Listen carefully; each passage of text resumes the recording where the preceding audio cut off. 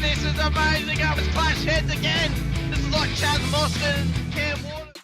It's motorsport, but not as you know it. Test yourself and your everyday road car. Safe, affordable, but most of all, fun.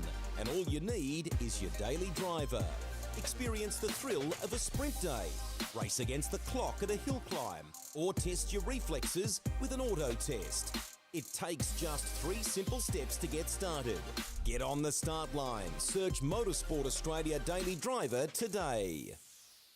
Fishies in a row. They're here to make a point and to do Eddie proud. They fan out in the background as they come down to turn 1 for the first time. It all looks pretty good, 2 by 2.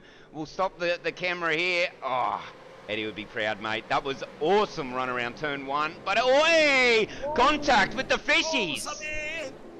He's made it through. It doesn't look like Angus has made it, but Thomas Freeman's made it through, and Angus is going to suffer the crowd coming through there to be able to turn his car around.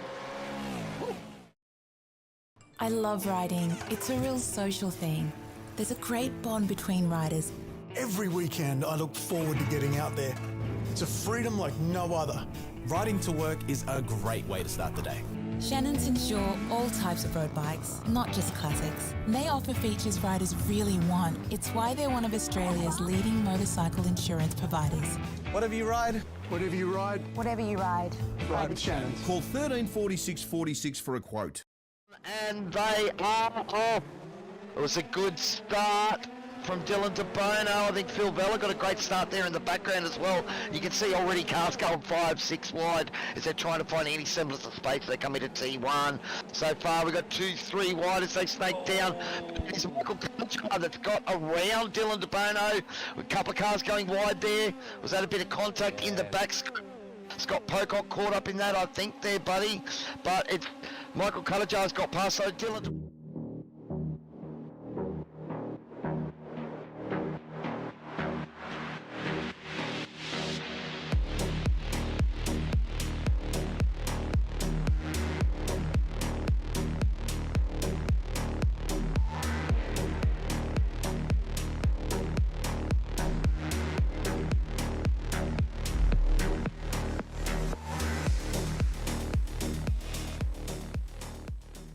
light is coming out and we're about to get going, and we have a green light and a very slow start for the 86s, but they are moving out there on the grid. It would be very interesting to see exactly which driver can capitalise on this first lap.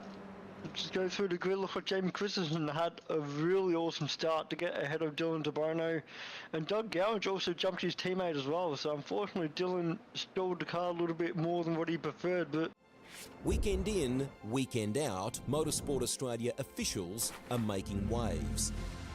From waving flags, waving cars through pit lane, or responding to a wave for help. Wave hello to new lifelong friends. Who knows, you might just make waves around the world. Ride the first wave. Search Motorsport Australia officials today. Still great classes of car, and if you are able to, if you're coming up the ranks on iRacing through the licenses, it's a fantastic sort of laneway into prototype driving, going from that GT3 up through the prototype classes. As the safety car pulls in, we get ready to go green as we come up towards the line. Edwards, Hasler, who's going to get the jump down to turn 1, or will any of the fishies, any of the piranhas in behind them, assault them down towards green and they're off. First lap? Let's go here. We've always had a few cars. They're all special. The T-Bird. Oh, that's mine. The Combi for when we want to get away. The XR8. It's going to be a classic. They're all insured with Shannons. We've also got Shannon's home and contents cover, which helps protect our automotive collectibles, tools and memorabilia in the home and garage. If you're motoring enthusiasts like us, it's got to be Shannon's. Shannon's, insurance for motoring enthusiasts. Call 134646 for a quote.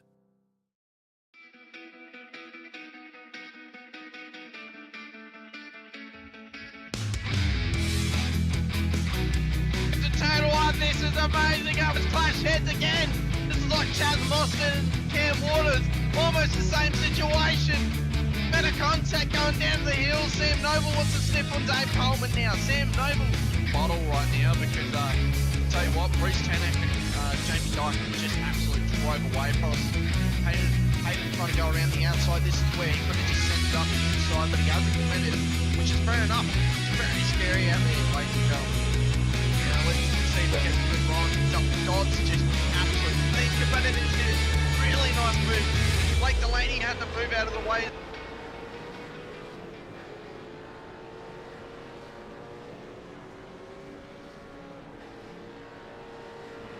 Good evening, good morning, good afternoon, wherever you're watching from, ladies and gentlemen, and welcome back to Sim Racing World TV. We're back tonight for the Warren & Brown Tools V8 Supercars Pro-Am Series for round number 6 of Season 1 of 2024 out here at Mobility Resort Motegi. I'm your commentator here tonight, Hamish Munro. Joining alongside me in the booth, as always, is Steve Sinkovic. After a massive night of racing on Tuesday night, we saw what sorts of battles can come out of this track and what we could have on offer here tonight. Sinker, we're hoping for even just a minuscule amount of that, and it should lead to a good night of racing for us. Oh, mate, it's going to be epic after what we saw last Tuesday and after our 3 hours and 40 minutes broadcast last night. I'm super pumped for this. I think it's already been a massive round for us, a massive week of racing as well. All 4 nights of racing that we had for our regular round this round for round 6 through the Supercars, the F3s, the 86s and IMSA, they've offered us up some great racing, some great strategy and a good amount of carnage across the board. Last night obviously was all about a bit of fun, about learning, about testing for the rain, but tonight we're back into it for round 6, back into it for the Pro-Am Super Sunday action out here, brought to you by Warren & Brown Tools for the Supercars. We know what Motegi's like after seeing Tuesday night's broadcast. It really offered us up some good opportunities for battles. But also there were still those little teething areas for our amateurs, making certain mistakes at certain spots. I doubt we're really going to see any of that here tonight with our pros and pro-ams. But what I do think we're going to see is possibly even more of the great battling that we saw Tuesday night. That battle at the end of the race for P2 in the amateur class was absolutely insane, and they absolutely turned it on. Those guys were the drivers of the night, and having the pros out there with the pro-ams here tonight, it's going to be absolutely epic. Yeah, it's going to be crazy, mate. I'm looking forward to it. I'm really hoping that it's not going to be one of those things you've been looking forward to all week, and all of a sudden it was like, oh, that was it. I know it's not going to be, because the boys are going to be super pumped to get out there with all the new things that are going on. But also the question is, how many of them out there are having issues with iRacing at the moment? Because there's been issues left, right and centre. Even though we're not using the rain, the system's been a bit buggy of late. Guys can't get in the systems with VR. I'm getting booted like every 5 minutes, and I've changed nothing but the update. So I'm hoping that the boys that are racing aren't going to have any of these challenges. So even though it's late in the season, we're still also getting some debutantes into the season as well for Season 1 of this year. Those namely being Anthony Visma of Accelerate Sim Racing. Blake Delaney's finally back on track for Fishy Motorsport, and after returning to SRW last night, he hops into the Supercars, I think for the first time actually in SRW. Jack Anderson out there as well for Velocity Racing Team. So some new faces, hopefully bringing us some new challenges to things. They're not really going to have any part to play in the championship, Sinker, but what they will do is they'll open us up for maybe some possibilities of some shake-ups, I guess we'll say, throughout the field. Yeah, 100%. I'm hoping to see a few more fish come out of there too. I'm seeing Mr.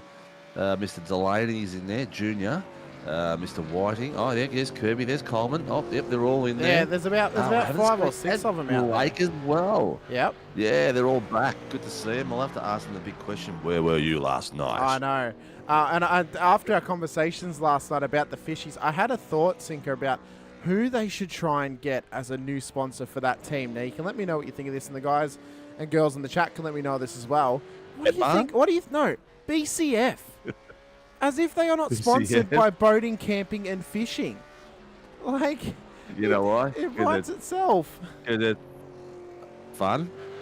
Yeah, that's true. Yeah, it's fun. That's right. We've got a couple of chats already. Harry Dodson there saying, have a good call tonight, lads. Well, we know that Harry is out there hoping to recreate some magic that he had last week. Ray Douglas saying, is Shibby on tonight, boys? Everything okay at the home front? Well, everything's good at the home front at the moment.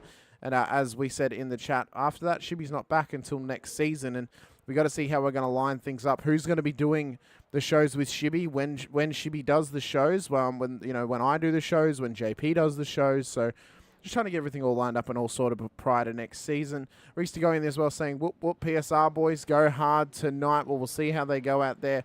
Qualifying is about to start here, Sinker, so we're going to get a good little idea of the pace on track at the moment for these drivers and how they're going to be able to just perfect these lap times coming into qualifying and then into our 2 races here tonight. Of course, sprint race format, same as Tuesday night, meaning we'll get a 20-minute heat race and then into our 40-minute feature with a reverse top 10. So could be on for young and old out there for some of these drivers. Oh, mate, it's going to be... I'm not even going to say anything. It's going to be spectacular, and that's all there is to it. Well, they have a lot of hype to live up to, don't they? I mean, Tuesday was the best race of the season, best race of the year that we've seen so far on the channel. So there's a lot to live up to, and as I said, if we get even a third of the quality of racing that we saw Tuesday night, we're going to be on for an absolutely spectacular race as it is. So, no doubt at all. No doubt at all. I can see the boys out there. The times that people are setting, I can't see at this point because they're all on the outlap at the moment. So yeah, they're all the outlap at the moment. So we'll see. I didn't see what the practice times were. Actually, you know what? I will be able to tell you once the system decides it's going to listen to me. So far the best lap tonight in practice has been by Griffin Gardner. He's posted a 150.636. Yeah, so he was looking pacey out there in practice. I saw him get to the top, and I'm like, ooh, could be on for a bit of a challenge here tonight. On board now with Blake Delaney. Of course, he's back in the car after a time away. Just wants to get some on-track action into him, get some preparation done. Of course, he's got vets pre-qualifying coming up in the next week. That will start up Monday night, so he'll be hoping to get in on pre-qual and then starting that season on the 21st of March, so basically our second to last week of racing here at SRW. But he'll just be trying to get back up to speed, get comfortable back in the car, start out vets, and then come back into the Pro-Am next season and have a proper crack at that as well on the Sunday nights. Or whatever night they might be set to. Maybe there'll be a change. Who knows? We'll have to wait and see. Due to some conversations yet to happen prior to season 2, but everything nothing's realistically set in stone just yet, Sinker. But we have got the templates made up to start setting stuff in stone pretty soon. So we've got Formula 3 season first draft is being done already. So that's waiting to be reviewed based on a few more things that we need to look at these days. If we are going to run rain, we need to look at the tracks we're picking and make sure that we're not going for a seasonal country that's going to be constantly raining, because then we'll just be racing in rain all the time. So we've got to be careful what we pick now, because that's a new factor involved. But that is already been picked. The 86s are being picked as we speak, and then we'll have discussions about the V8s and the IMSA this week as well. So hopefully we'll have all that pre-selection done by the end of this week. Now, I know that last night behind closed doors, I put 2 tracks forward for next season for the F3s, knowing what F1 shadow rounds are happening next season for Miami and Monaco. The tracks I put forward, and again, the guys and girls at home can let me know in the chat what they think. I put forward Chicago and Detroit. What do you think of those tracks, Sinker, and are we likely to see them on the F3 calendar next season? They're up for debate. They're all good suggestions. It's just really having a bit of a chin wag with the boys and seeing what. It's just we just got to put all tick all boxes now. It's just the selection criteria has changed a little bit. It's not just about let's put a feed together like we used to. You know, we had the Road to America. We had the Ashes battle against Oz against Pommy track. So it's not. We can't just do that anymore. We've got to be really clinical in what we're picking. So we'll do our due diligence and make sure it's all cool. Griffin Gardner has gone to the top of the timing tower with a 1:50.6 that last time by Delaney, though, who we've been on with all lap, puts it up into P2 in the 888 machine, 1:51.334. So an absolutely mega lap on return for him. Visma, who also returning here tonight, puts it in P4 at the moment with a 1:51.5. So the boys are not too far off the pace early on. Do you remember, or can you recall what the lap times, what they were setting on that Tuesday night last week? Mate, I couldn't even hazard a guess. I'm not gonna lie. Yeah. I think there was a 49. I think there was a 49, quite possibly. We'd have to have a bit of a look. Jack Anderson out there on debut in the Supercars on his warm-up lap at the moment. We'll see what sort of lap times he can do. Troy Stone Street as well. We know he's been a little bit of an up-and-comer this season, Sinker, and we're just waiting for him to break through. Could Season 2 be the breakout season for the Super G Auto entry by WKMP Sim Sports of Stone Street in the 044 Commodore? And Darren Lobb, we know how dominant he's been this season, Sinker. He's won a race at every single round so far this season. There'll be 2 races here tonight. There's, twice as much opportunity for him to continue that run. And an ultra-dominant performance so far. I'm not sure quite on the history of the Supercars and SRW, to be honest, but have we ever seen someone win at least one race at every single round in the Pro-Am? Oh, I'd have to double check. The only one that I know has had such a dominant run was Dikey a few seasons back, but I'd have to double check that. We are in the process of doing all that sort of data and stuff. So we'll have to get back to you on that one. Just to change the topic a little bit, did anyone see on Facebook Cowie's model car that he received today? I didn't, as I'm not friends with Cowie on Facebook, so... Okay, so he's just received this, I don't know if it was 1/16 scale, whatever it is. It's probably about the size of a shoebox. Little V8 supercar in exactly those colours that we're seeing right now. So he's had a I know there's a terminology for it as well, and I can't even exactly remember what the name of it is, but it's where you take a 1/18 scale car and then you basically take whatever's on it, change it to what your car is in iRacing. But I'm sure it looks amazing. One of my mates has done it. It's a scale model. Yeah. And it looks exactly like his car. It looks phenomenal. Great work whoever done it. And there was a name on there, the company that did it, but I just can't recall what they are. Yeah. But it looked epic. Yeah, and Reese is right. They aren't cheap, but they look so cool. One of my mates did one in the past prior to kind of moving away from sim racing.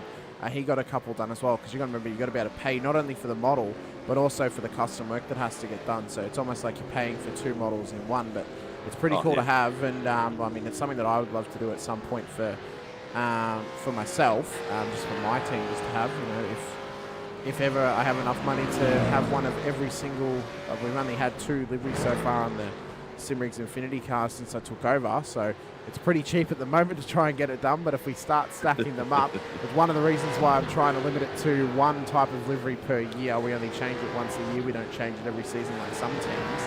Because some of them out there, they would have so many and it would stack up so quickly the more you have. It'd be a lot of Doleros, mate. It would. I think of like Fishies.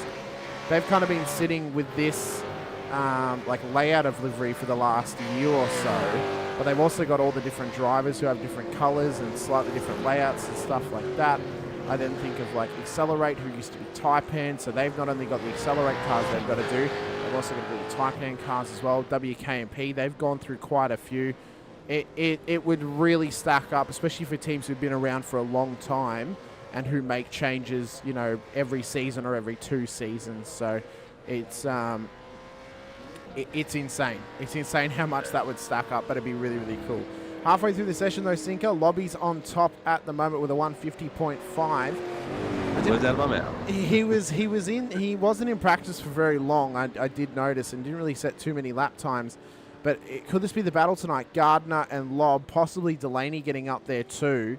They could be on here, but I want to talk about Gerard Sanfuentes. What an amount of pace he's gained here tonight. He's P4 at the moment.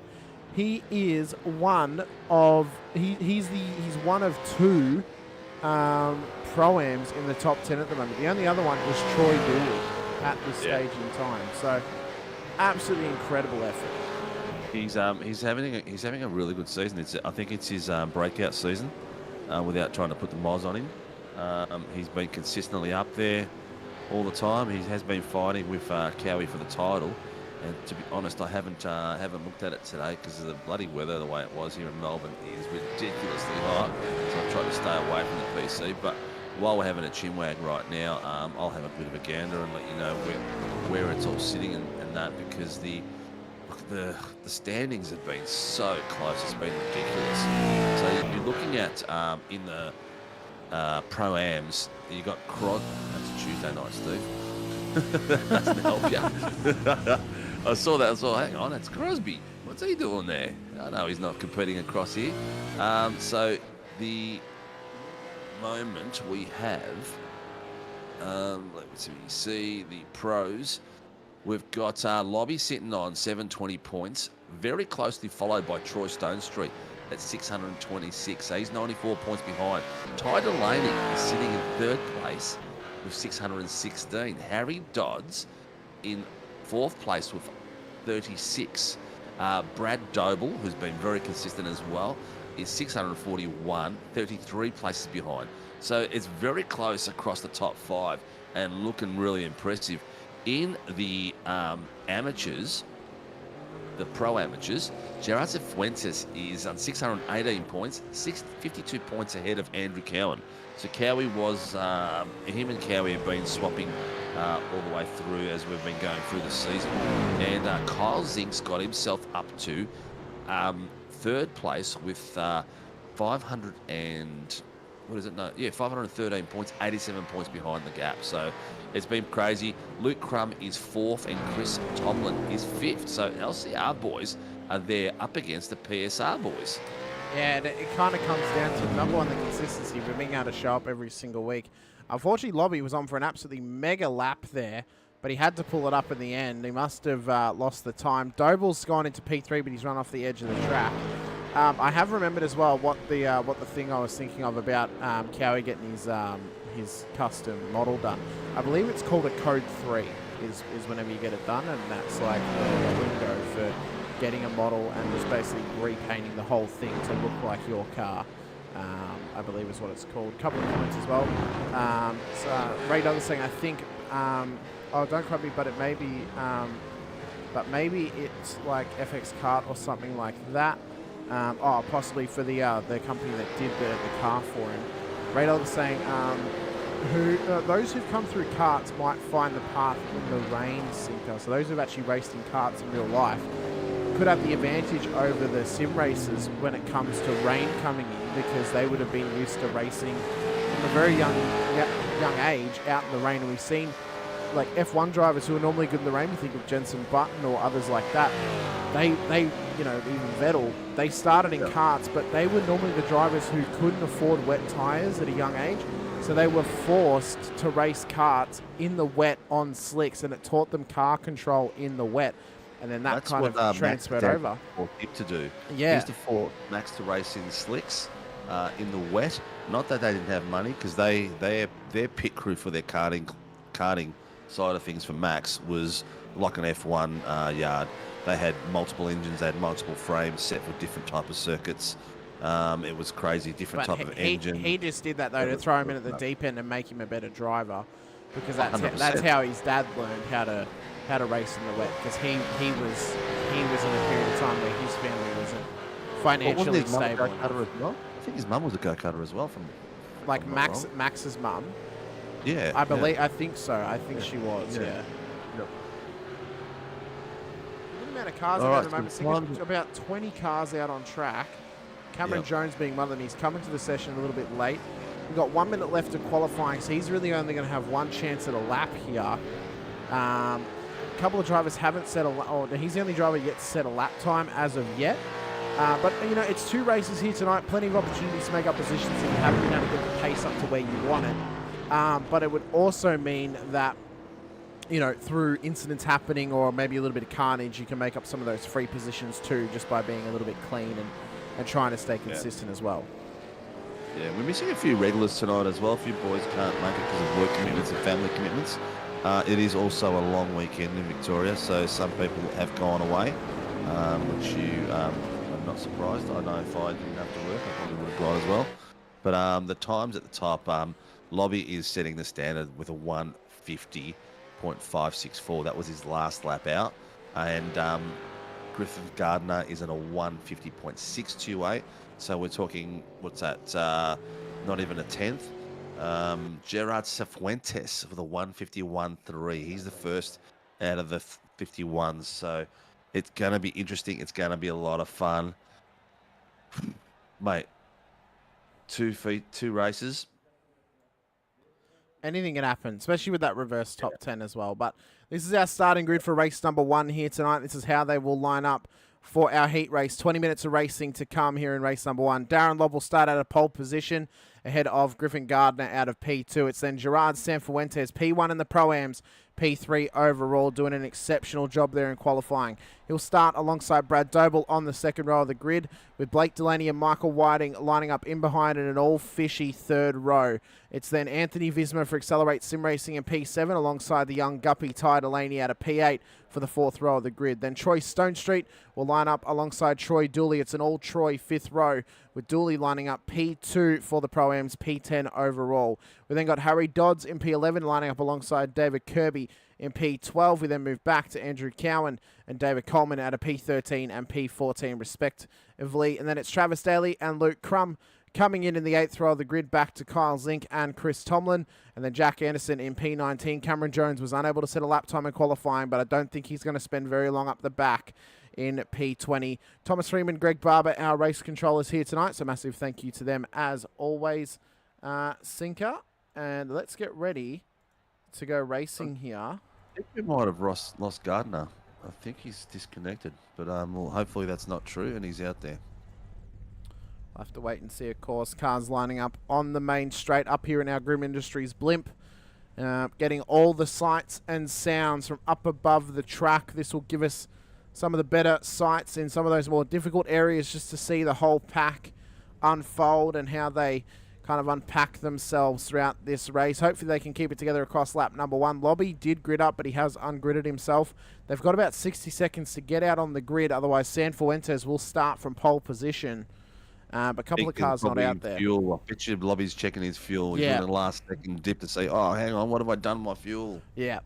Always got to double check that one after qualifying, especially if you're running that quali setup. Make sure you get the race setup on there. Of course, there's no parc fermé rules when it comes to changing your setups. It's an open setup series, so the drivers are more than welcome to run those qualifying setups and then those race setups as well. 30 seconds until the race start. Lobby and Gardner are not on the grid yet. Lobby has just gridded up now, though. But Gardner could miss out here and could be forced to start from the lane if he gets back into the session. Possibly so. 15 seconds, 10 seconds to go. So who's going to get the jump in our first race of 2 here tonight out at Mobility Resort Motegi, the old twin ring. Lobby on pole. Has he got a spare place next to him? He is going to. It's grid up. Lights are off. Gardner has missed the start. So Lobby's going to have no challenge down towards turn number 1. Who's going to get the run, though? Out of Sanfuentes and Doble in behind. We get going. We get away. They all spread out all across the track. That was Coleman in the background as he come through one for the first time. Start, mate. He did P3 already. Oh, 3 wide there for a second there. There was Dodsey, Doble, and I can't remember who the other one was, but look at him again. 3 wide again. Might be Dooley in there as well, but Doble has had an absolutely horrific start off the line. He's bogged it down and he's dropped down back. There's been an incident in behind. It's Delaney and Dooley out the exit of 3. Yep. Oh, look at that wide berth as well. Lucky he stuck that too. The boys have managed to come across. Whiting has done exceptionally well. He's got himself in the 2nd place and on the chase for Lobby down the back straights as we can see them coming through. It looks like the boys have started to settle themselves through. Reasonably clean start. I think we had a few pearlers in the race on Tuesday night, but these guys are going to be up for a big fight. Look how close this is through the corner here. So this was one of the corners we saw an absolute abundance of incidents, race-changing incidents on Tuesday night, namely Jamie Davis making a mistake and being forced to the back of the field in race number 1. Whiting, after a miraculous victory Friday night in the IMSA Series, looks to back it up here tonight in the Supercars Pro-Am. He's already up into P2. They come across the line. Their best lap times not showing just yet. We have got our interval up showing you the gaps on hand. So Lobby's already out to about 1.9 seconds back to Whiting. And that is the current run of the lead. In fact, they've actually not crossed the finish line. That's the other finish line. They're going to come around now to start lap number 2. It caught me out again. It did it on Tuesday as well. You've got to get onto Stone Street, Luke Crum and Cowie. These boys are battling it like crazy for you to swap places in the approach to the last corner. And now we've got 2x2 going across this bit to the right. Stone Street's got the inside line. Cowie's on the outside, not letting it go. And is that Crummy? Yep, Crummy on the inside of him, thinking I'm going to have a bit of a dip as well. And you've got Mr. Zink sticking his nose in there, not sure whether to go behind Crummy or whether to go behind Cowie for the better line. So there's absolutely nothing in it. We've already got an incredible battle on hand off the back of the Super Cheap Auto entry of choice, Stone Street, right now. We're heading to our better view. It's out the boot. This is how we check if we have ZB crewmans running around, if that boot goes missing. It's one of my favourite things to call this car if they've got no boot. All of a sudden it becomes a crewman. But yeah, this is true. Oh. We've got battles appearing everywhere. The boys are just going crazy left, right and centre. Anthony Bismar, who's been away for a bit, is battling away with Gerard Cifuentes. He's making sure Cifuentes is working real hard here, making sure he's making him honest for every corner, every bit of bitumen he's on.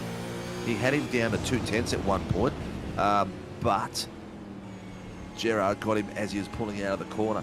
These boys are not giving up anywhere, mate. We have to be jumping from top to tail, from left to right, all the way through all night tonight, because the battles are everywhere, and there's a couple of crazy ones down to a couple of tenths. This was the incident with Delaney and Dooley on lap 1. You see there, Doddsy was on the inside. There was that little bit of contact. A bit of a help. Yeah. Yeah. Looks like the Fishy boys are battling as well. We've got Kirby and Blake Delaney battling it out there. Kirby's down to 4/10 on him. He was down to 2/10 at 1 second. So I don't know if the boys are going to just help each other out. There, it's a sprint round, this one. Well, not a sprint round. This will be a sprint, this one, because it's, 20 laps? 20 minutes, sorry. So it'll be a fast-paced run, and no one will be letting any corners go.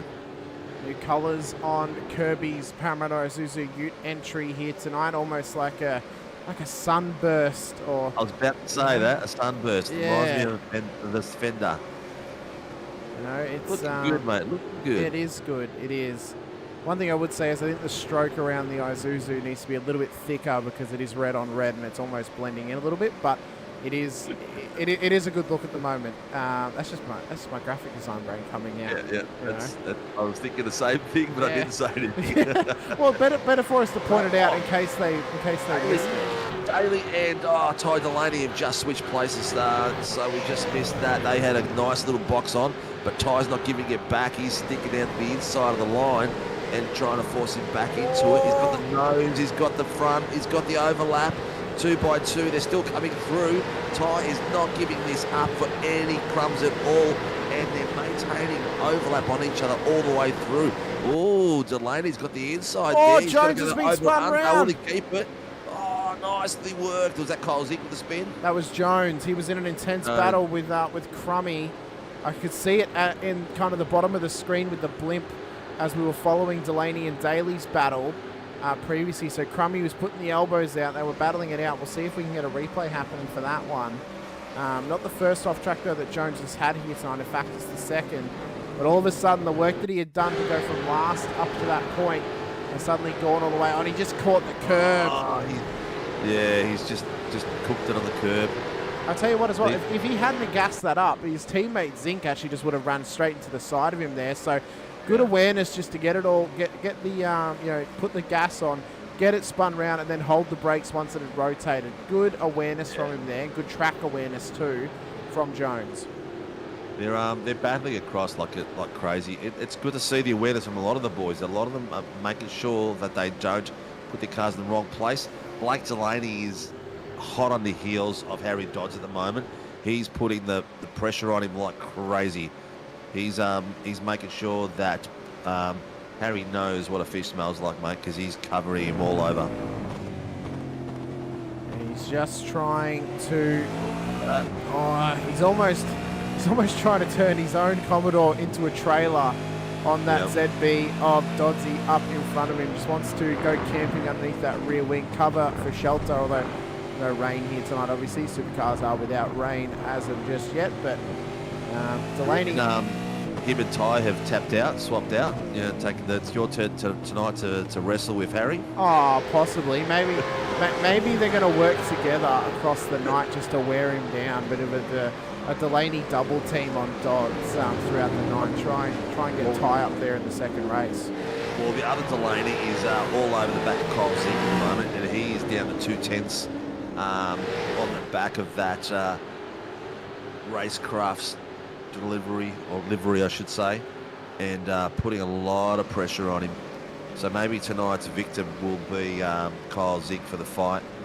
They've got a bit of a train going on there. They're all behind Luke Crum, so it's Dave Coleman, Colin Zink, Ty, Delaney, Travis, Daly, all in a line coming across the back of it. Your mate Jack Anderson has got Troy Dooley hunting him down, and then you got some Cameron Jones, Chris Tomlin, Griffith Gardner did not make the grid tonight, so not sure what happened. Hopefully it was nothing serious. Andrew Cowan is still fighting it out with Stone Street, and Cifuentes is chasing down Vismar still, so the boys everywhere are having an absolute blast. Let's just see they're off the exit of the final corner. Then Anderson just caught the curb on the outside of the track, and we mentioned trying to maximise your exit sinker.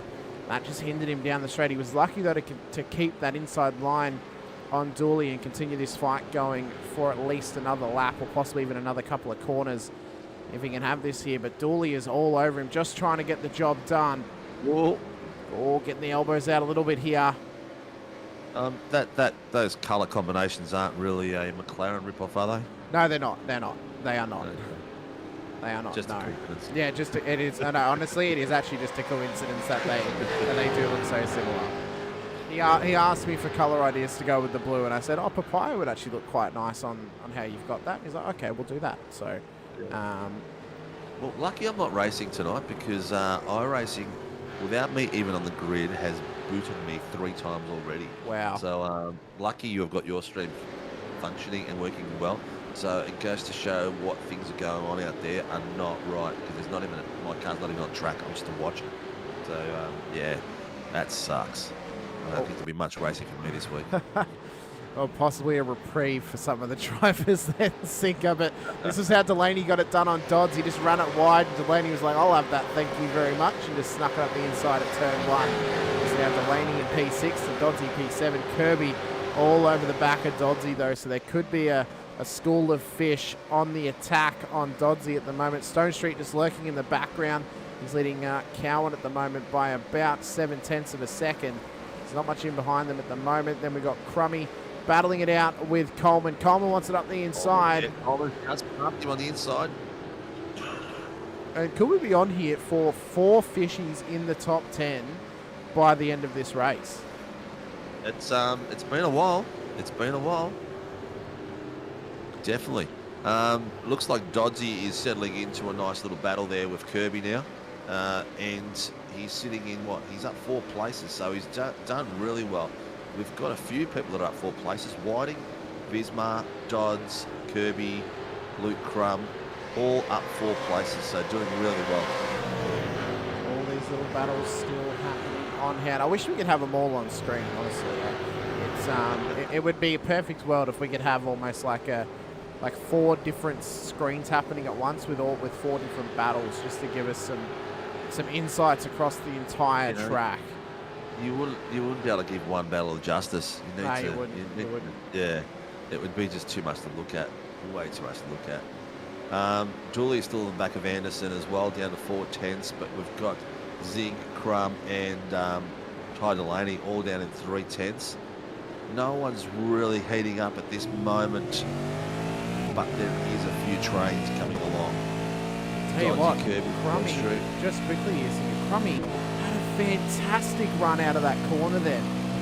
You could just see the amount of gap that he pulled on Delaney off the exit of the corner. Now Delaney's catching him under brakes, but Crummy again maximising those exits to maximise the defence on the car in behind. Absolutely fantastic display from him. Now these guys are in separate classes, but as we mentioned all season, they're classified in an overall format. So, you know, Crummy may be battling for P12 on the road with Delaney, but realistically, he's just trying to lose, you know, less points on Cowan and San Fuentes up ahead of him because they're inside the top 10. So, well, Crummy's fighting for. He needs to keep tight lane between himself and Kyle Zink because Crummy is sitting currently in 3rd place out of the Pro-Ams. Gerard Cifuentes in the 1st place, Andrew Cowan 2nd, and as we said that, I just mozzed him and Cop. Zink just passed him, and he's also lost the place to Travis Daly too at the same point. This is how it happened. Delaney wanted up the inside. Oh, he's just balked him. Oh, that could be a possible redress scenario there for Delaney. We'll have to wait and see though what race control say. It is up to them at the end of the day, Sinker, and it hasn't been readdressed. Crummy has called it in for race control to review. There hasn't been a call for readdressing at this point. They're still racing. Personally, readdressing is look, you know, it's a tough rule because if your driver that you've had the incident with loses more than 1 place, they can turn around and penalise you anyway. So you're probably better off just keep going and hope for the best. And if you get a penalty, you get a penalty. If you don't, you don't. Ty has actually readdressing it right now. He's pulled to the right-hand side there and letting Crummy catch up and going to get on the back of him. So I think he only lost 1 place to him. So let's see what happens. Yeah, he's actually sorry. He's lost 2. He's lost 2 out of it. Which I think race control actually advised that redress. Yeah, which I think was fair. Because Crummy was still going, like he wasn't in the wall and damaged. So, you know, they're now both back there and they're both battling it out. So it's not going to fix the issue, but it makes it fair on both of them as Delaney chucks it on the inside, gets the position back again. So now Crummy's actually just going to have to work for it here. May even see a receipt come out of this, I don't know. We'll have to wait and see what Crummy's got in store here for the young Guppy. The Guppy's pretty fast tonight, so Crummy isn't really fighting with him on class, so just stick behind him, mate, and get up there, and hopefully Ty's got enough pace to drag him with him. Daly is on the back of Zink like crazy, mate. We're down to 1.5 to 2 tenths, fighting it off. He is hovering all over the back of him. He's getting some carbon monoxide poisoning. So this was Chris Tomlin running it wide at turn 1. Just locked it up, missed his brake marker. Oh no! He got a bit of dirt in those tyres and got a bit happy. He's currently running at the back of the field, but this is our battle that we were talking about before. Daly and Zink. Zink pulls it over to give Daly plenty of room up the inside. I think that just comes down. I mean, this is, at the end of the day, an inter-class battle. It's Pro-Am versus Pro-Am.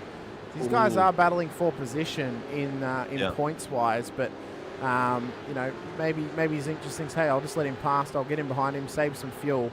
Even though they're not likely going to need a pit stop in the first race, but just keep it clean and keep it mean and possibly have another crack at him here in the last 5 minutes of race number 1.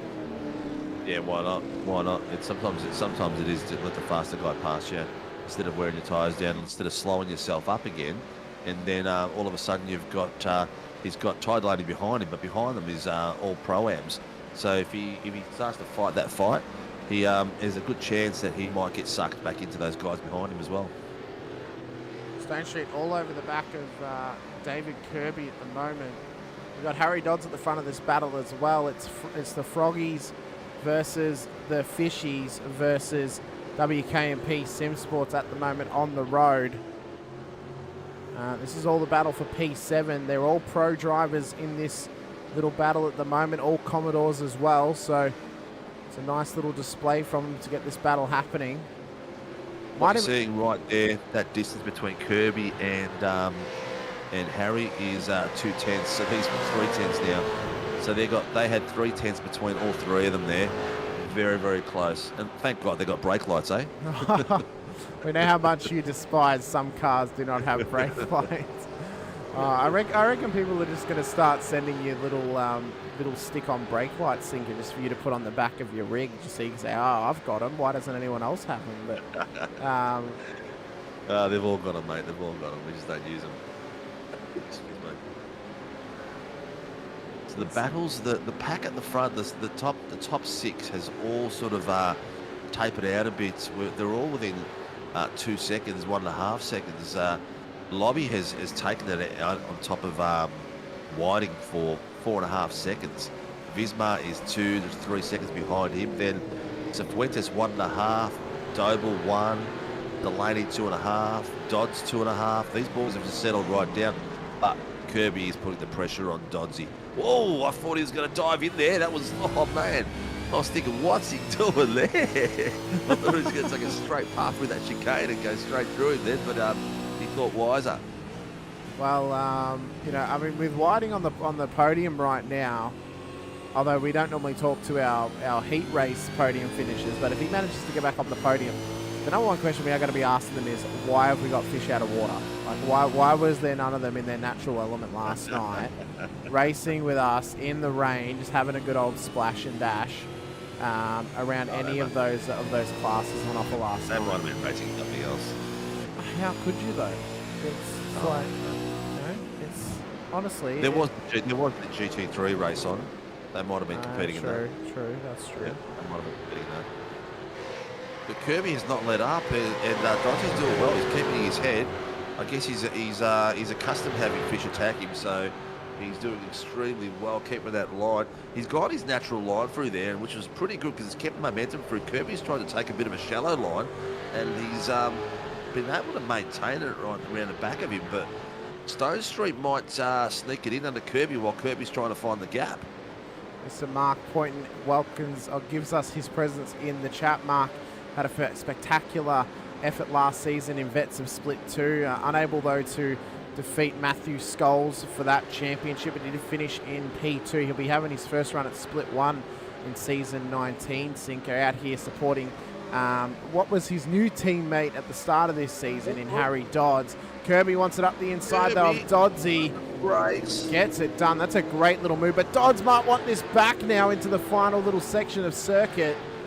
So the Froggies are coming out here tonight to give their support. Braden O'Loughlin's also out there giving Doddsy the support. Stone Street's got him as well. The momentum he carried through that chicane and really stuffed him there. They pushed him out wide. Stone's has got the inside line of him. They're both trying to cover off a bit of draft from him. Here we go on the brakes. Well, he might have the run here through one, but Stone Street's just going to hook it up the inside. Oh, yeah. Great little move. He's told him, I'm coming through, be careful. And they come up towards Harry and thought better of that move. Yeah, that was probably the safest way around, mate.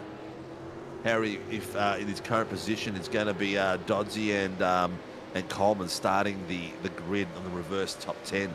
So not a bad little fight there to have. So I wouldn't be surprised if those two just decide to stick around there so they can get bigger points for the second heat, for the feature.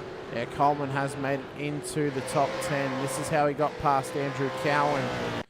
Here was on this lap as well. Sinker. Oh, it was a big wiggle there from Cowie into turn one. Nearly lost it. Great job catching it. And Coleman just sneaks it on inside the top 10. He's currently in pole position for race number 2. So this could be good from Coleman. Actually, we've kind of seen him just struggling throughout the season just to get this pace up, but it's good to see him back in form.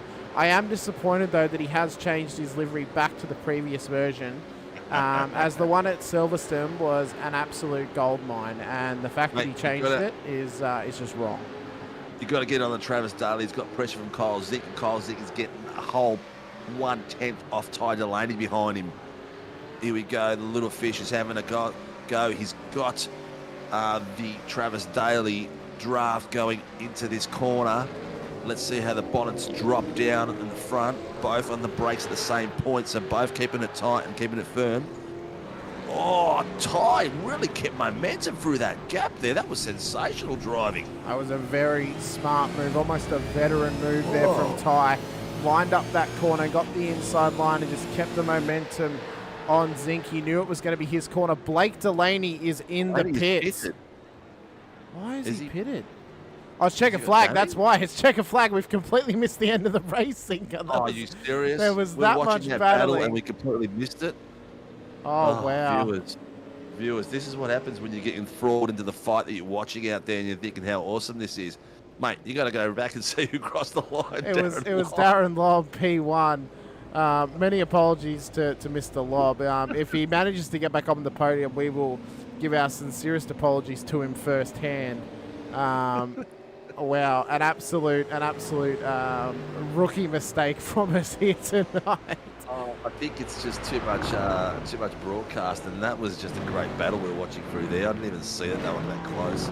Christ Almighty! We just love battles. That's what it is. We are just absolute lovers of a good battle. Warm-up session coming up though right now, Sinker. So it's going to give the drivers a nice little opportunity just to get back out on track and their practice starts, or possibly even go for a little bit of a bathroom break, or even possibly get some liquids into them just to get ready for this next 40-minute feature race. Well, it's 40 degrees here in Melbourne at the moment, somewhere around there. So the boys in Melbourne, most of the fish are down in Melbourne, so they'll be all getting either a fan put on them, or maybe Blake is rubbing down Ty with some cold flannels or something like that, keep him going, or maybe Ty's doing it for the old man. You know, the old man might be suffering in this heat. Well, I can tell you right now, Singer, it's 28 degrees where I live at the moment, so it's still warm, pretty warm for this time of the day. I'm in a valley, so it's not too bad. Top most we got today was about 36, but went for a drive down to Foster where it was about 39 today. So it was pretty warm out there where we went, but yeah, it's a little bit cooler at the moment, but still pretty warm, and I think the aircon's going to get a workout this weekend. Get a load of our safety car out there, mate. It looks absolutely ripping with the chrome on it. It looks like a nice piece of kit. Wouldn't you love to have that for just a run around for the weekend? A nice little Merc AMG. It would be pretty nice to have. Yeah. Just take to the milk bar and back. That'd be an expensive milk bar run, I'm not going to lie. Yeah. Well, the watchers out there, there's a few. I'm not sure if this is right or not, but we're down on numbers today. But that's all right. That's because it's hot out there and it's crazy out there. So we didn't really expect to have big numbers tonight. But those who are out there, if you want to see who you want to see, particular car or driver or team, whatever, let us know. If you've got questions for us, let us know. If you watched last night, let us know what you thought of last night, because we had an absolute blast, me and Hamish, and I hope the drivers did as well. From what I heard, they did, but it's pretty good. Oh yeah, it was wrong. It was stuck on 5. There's about 20 to 25 people watching at the moment, including Facebook, which is awesome. Our regular viewers. So it looks like Blake Delaney's. Oh, he's coming out with a bit of a fishtail. He's I don't know what he's doing. He's checking he came out fishing out of that tail for the warm up. I'm not sure what he was trying, or maybe him and Ty yelling at each other. He's like, oh, get out of my way. He ended up getting up on the beach. He came up on the waterfront.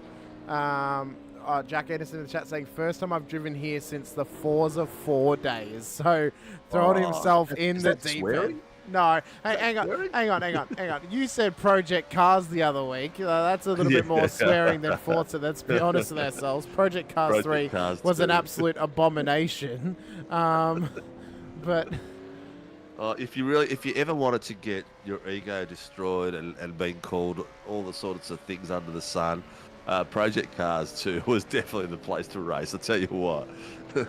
I had a bit of pace in those days, because it was a game, it wasn't a simulation like this. And I'll tell you what, the amount of people that would finish the race by ploughing through you because they didn't like the way you beat them was ridiculous. Yeah, he's also not a massive fan of this track, but he thought he'd have a crack anyway.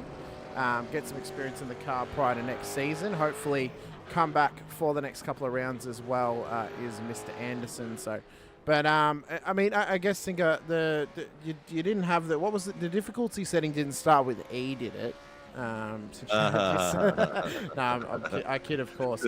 But I mean, no, just for a quick little chat about Project Cars for a second here. I did find that Project Cars 2 improved upon what Project Cars 1 did right, and they tried to fix what was wrong with Project Cars 1.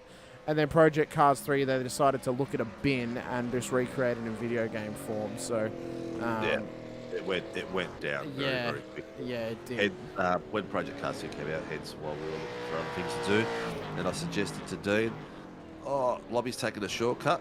I suggested to Dean, let's try something new, and I had a crack at iRacing and loved it. And then it took me a few months to get Dean involved, and then I stopped and he kept going. And then he found FRL, which is what this used to be. And we both started driving there, and I still remember the days when I came out there. My very first race, Oran Park in a V8 supercar. Never driven the V8 before, no practice, nothing. And you thought I'd spin now. You should have seen that race, mate. That was like 5 spins a lap. It was like crazy. So, but Sinker, can we get an ETA on when you're going to get that C-Class license on iRacing? not even going to happen, mate. I don't spend any time at all going in there to do that sort of stuff. So not even interested to getting into the officials to try doing that, mate. I'm happy to just race at SRW and prove at SRW. But I've got to give a big shout out to Kennedy and Crosby. Those boys, they took me out after the races were finished. We'd go out to other tracks and just have some fun and loosen up. And they got me to actually be able to drive and participate. Forget about me.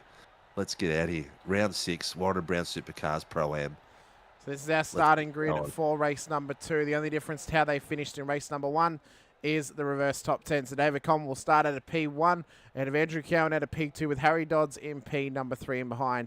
So then Troy Stone Street in P4 with David Kirby making up the top 5, and Brad Dable will make up the third row of the grid. It's then Gerard Sanfuentes ahead of Anthony Visma with Michael Whiting and Darren Lobb making up the top 10 after they finished P1 and 2 in race number 1. It's then Travis Daly and Ty Delaney. They'll continue on their little battle that they were having in race 1 with Kyle Zink and Blake Delaney in behind, with Luke Crum making up the top 15 ahead of Troy Dooley, Jack Anderson, Chris Tomlin, Cameron Jones, and if Griffin Gardner is back, he'll make up our top 20 positions on the grid as well. But so we've got a little we got a little bit of time here.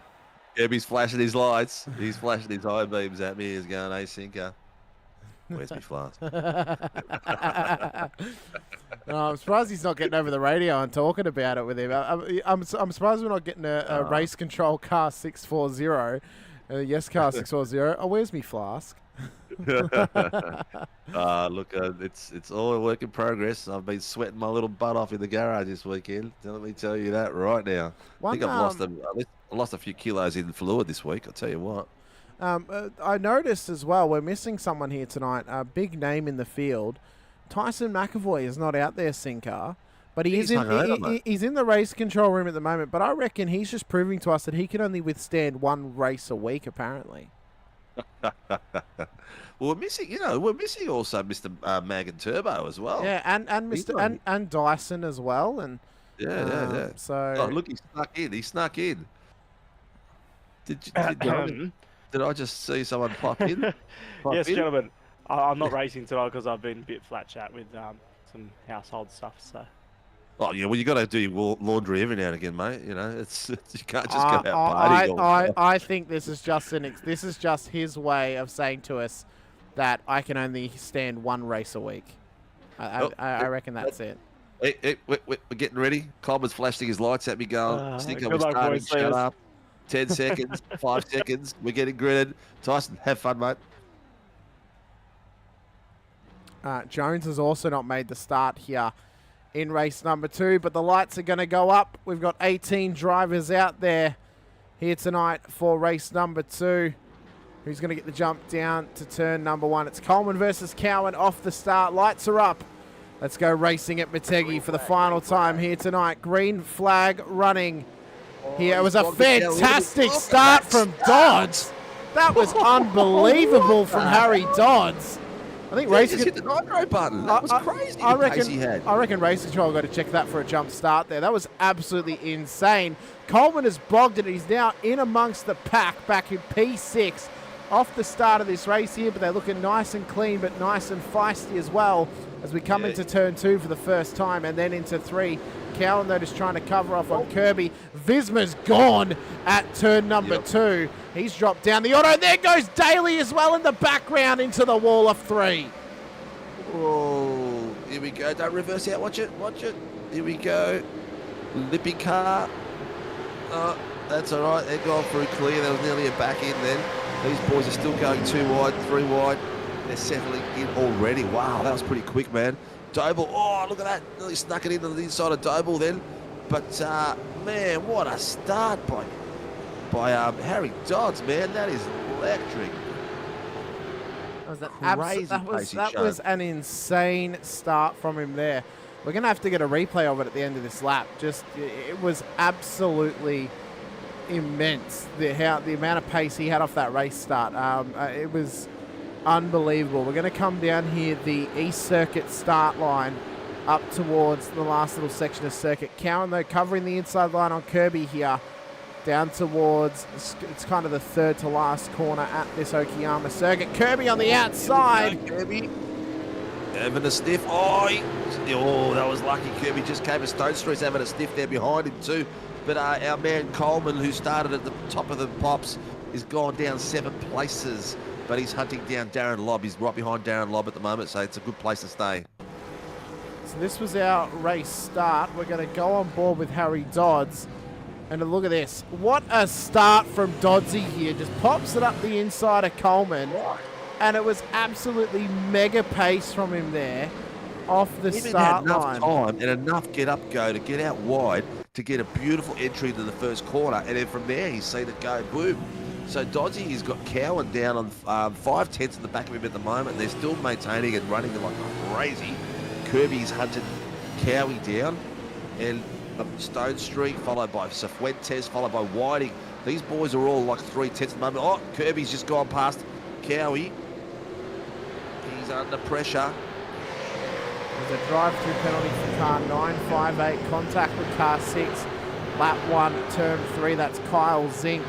So he's been given a penalty for the lap 1 incident with, that would be Anthony Visma. Oh, Whiting's kept it clean behind there. He's got Lobby behind him. He's cutting him on the inside lob. Whiting's just about to get him. Will he make the move stick? He has done it. Coleman's sticking in behind there as well. Some nice racing here. Real nice racing. Yes, Lobby up the inside of Whiting now. They come up onto the Cifuentes, quality of Cifuentes driving at the moment. He is definitely gone up another notch, mate. The way he battled through that with Whiting and with Lob behind him to the fastest guys on grid was exceptional. That's number 5 for iRacing shutdown. Oh wow! Just keeping us entertained with the lack of being able to stay connected into a session. But Harry Dodds is going to cross the line to start lap number 3 now of this race. Kyle Zink is in the lane to commit to his penalty here for the incident with Anthony Visma. We'll get the replay up just so we know, just so you know what we're talking about and what happened. We saw the back end of it. Oh, that was it there. He just kind of tucked the nose in, and that spun him round. He was in a position, man. It was obviously, of course, not intentional, but he was just in a position where he just had nowhere to go with brakes. Then he was either nudge him or not, and this is where he nearly backed into him. Excuse me. But all is good. Your boy, Jack Anderson, just got passed by Troy Dooley, and Dooley is off and about. Actually, he's fighting it out with Luke Crum. Luke Crum is on the back of him with half a second. He was 1/10 at one point. The boys are battling everywhere. Kirby is putting pressure on the front of the grid with Cowan, and Harry has got himself a 1.2 second lead, and off he goes. Cowie is now officially the leading Pro-Am with about 3 seconds gap, nearly 4 seconds gap on Gerard Cifuentes, his next rival, who was sitting in 5th place. But Cifuentes is putting the pressure on Troy Stone Street like crazy. And we've got a 3/10 battle going with these boys at the moment, like crazy. Have a look at this gaggle of cars, man. And they're all like 2 to 3/10 on the back of each other. No one's giving up. Everyone's battling all the way from 3rd place down to 14th at the moment. There's absolutely nothing between them. What I've just noticed as well is there are 4 fishy cars in a row. Whiting, Coleman, Delaney from P7 down to P10.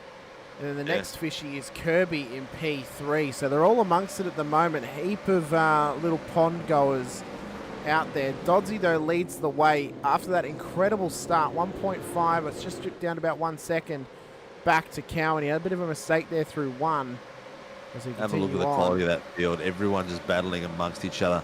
Kirby's just come away from a weekend away as well, I think. I did see something on Facebook about him being away up the coast or somewhere. So he's come back a little bit refresher.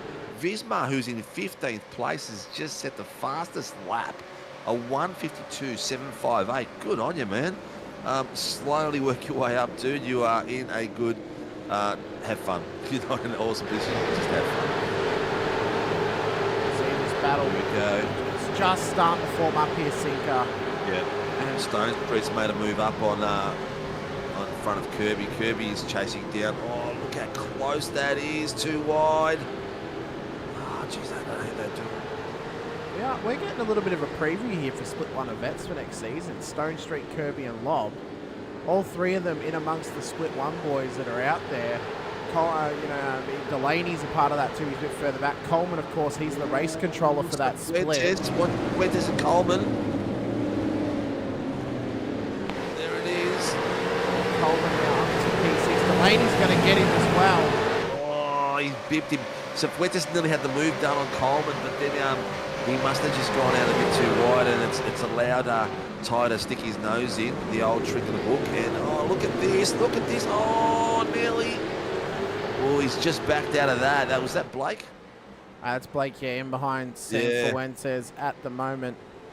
Blake's just let the car run a little bit wider to avoid contact, but Fuentes' rear end is struggling. He might have gone too hard too early because the rear end of his car is wiggling around, and if you've got a fish like that chasing you down, it's going to bite that tail, man, and it's going to go past. One thing I noticed as well is our top 10 is built up of 8 ZB Commodores, only 2 Mustangs in the 10 at the moment. Here comes Lobby. Oh, Yep. Cowie had a big wiggle. Oh, look at this. I think you'll get him one more. Cowie's got Stone Street right up his clacker. Oh, look at this. They're splitting left and right of him. They're going to mug him. Here we go. And Lobby's putting his nose in there well. Lobby's got to get the inside line of him and take him from the inside by Kirby. If Stone Street can get a good run out, Lobby will have both of them. Oh, have a look at this. What a drive from Mr. Lob. Oh, Cowie got absolutely mugged then, man. Cowie's got to remember. He's got to remember. He's not fighting these guys. He needs to keep maintaining pace with these guys. He has got 5 places on Gerard Cifuentes. He needs to stay there and stay clean. That's his main objective and main goal, so he can take this round. So, I mean, are we really surprised that Lobby is able just to chip it up this far up the grid off the start here? 5 laps in, less than 10 minutes into the race, and he's already up to P3 from P10 off the start. So not surprised at all, and that was some quality driving, not just by Lobby in there, but Stone Street, Cowie, and Kirby, all 4 of them, the way they drove side by side through those corners there was sensational. Lobby just trying to play the mind games at the moment with Stone Street, almost trying to force the mistake on the WKMP driver. The Super Chip Auto entry against the MPR, DPR entry of Lob in behind. So come on down through into turn number 1, lap 6 of proceedings. 10 minutes, just around 10 minutes into this race. I do apologize, MRP entry of the DPR car for Lobby. And Cowie in behind them, just trying to keep ahead of that little school of fish. The 5 fishies all in a row. Kirby, Whiting, Coleman, Delaney.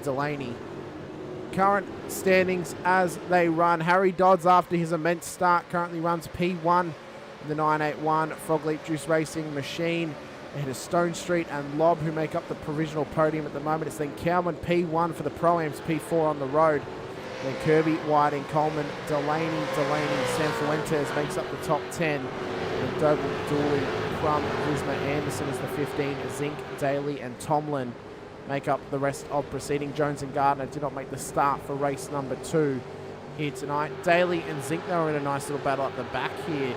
Sinker, let's just head back on this one just for a second, just to see how these guys are doing at this stage in time. They've just come underneath the bridge, the one of two bridges off the oval circuit here at Twin Ring. And these guys are having a nice little battle. Yeah. A lot of space given, and just doing the over-unders, and they would probably, my suggestion to them is try not to battle it, and let's race together and catch the guys in front, because they are 9 seconds behind 15th and 14th, so they need to catch up to the field. So the less battling they do, the more momentum they can carry, the better they go. Oh, going to be... Kirby is nearly taken out Whiting. Sorry, Coleman nearly took out Whiting just then. They came around a corner and he's clipped the arse end of Whiting. He's right on the back of Whiting like crazy. So sorry about that, viewers. I've got my iRacing because it's crapping itself just on most exciting, and that was caught the corner of my eye, and I thought, oh no, they're both going to go round. I was about to say, David Coleman might be looking for a new team if he takes out Mr. Whiting in this race. This is how tight this is, all right? We've got Kirby behind Cowie, 2 tenths. Whiting, 5 tenths. Coleman, 2 tenths. Ty Delaney, 2.8. Blake Delaney, 2 tenths. Gerard Cifuentes, 0.26. Blake Doble, 2.6, 2.9. So these are all guys under 3 tenths behind each other. They've got to watch the break points. They've got to make sure that no one breaks a little bit earlier. They hit one of these cars and they're going to lose like 10 spots straight away. Here comes Kirby round the outside of Cowan. Gets it done up into the end of the eastern side of this circuit. Kirby now puts it back up into 4th place as Cowie is just trying to fight to survive, but it is 1 PSR driver versus 5 of the Fishy boys. He has got his rival in this championship, who is also his teammate Gerard Cifuentes, at the back end of this battle. There's not much they can do. 5 against 2 or even 5 against 1 is not it's not a favourable percentage, we'll say, for performance sim racing at the moment.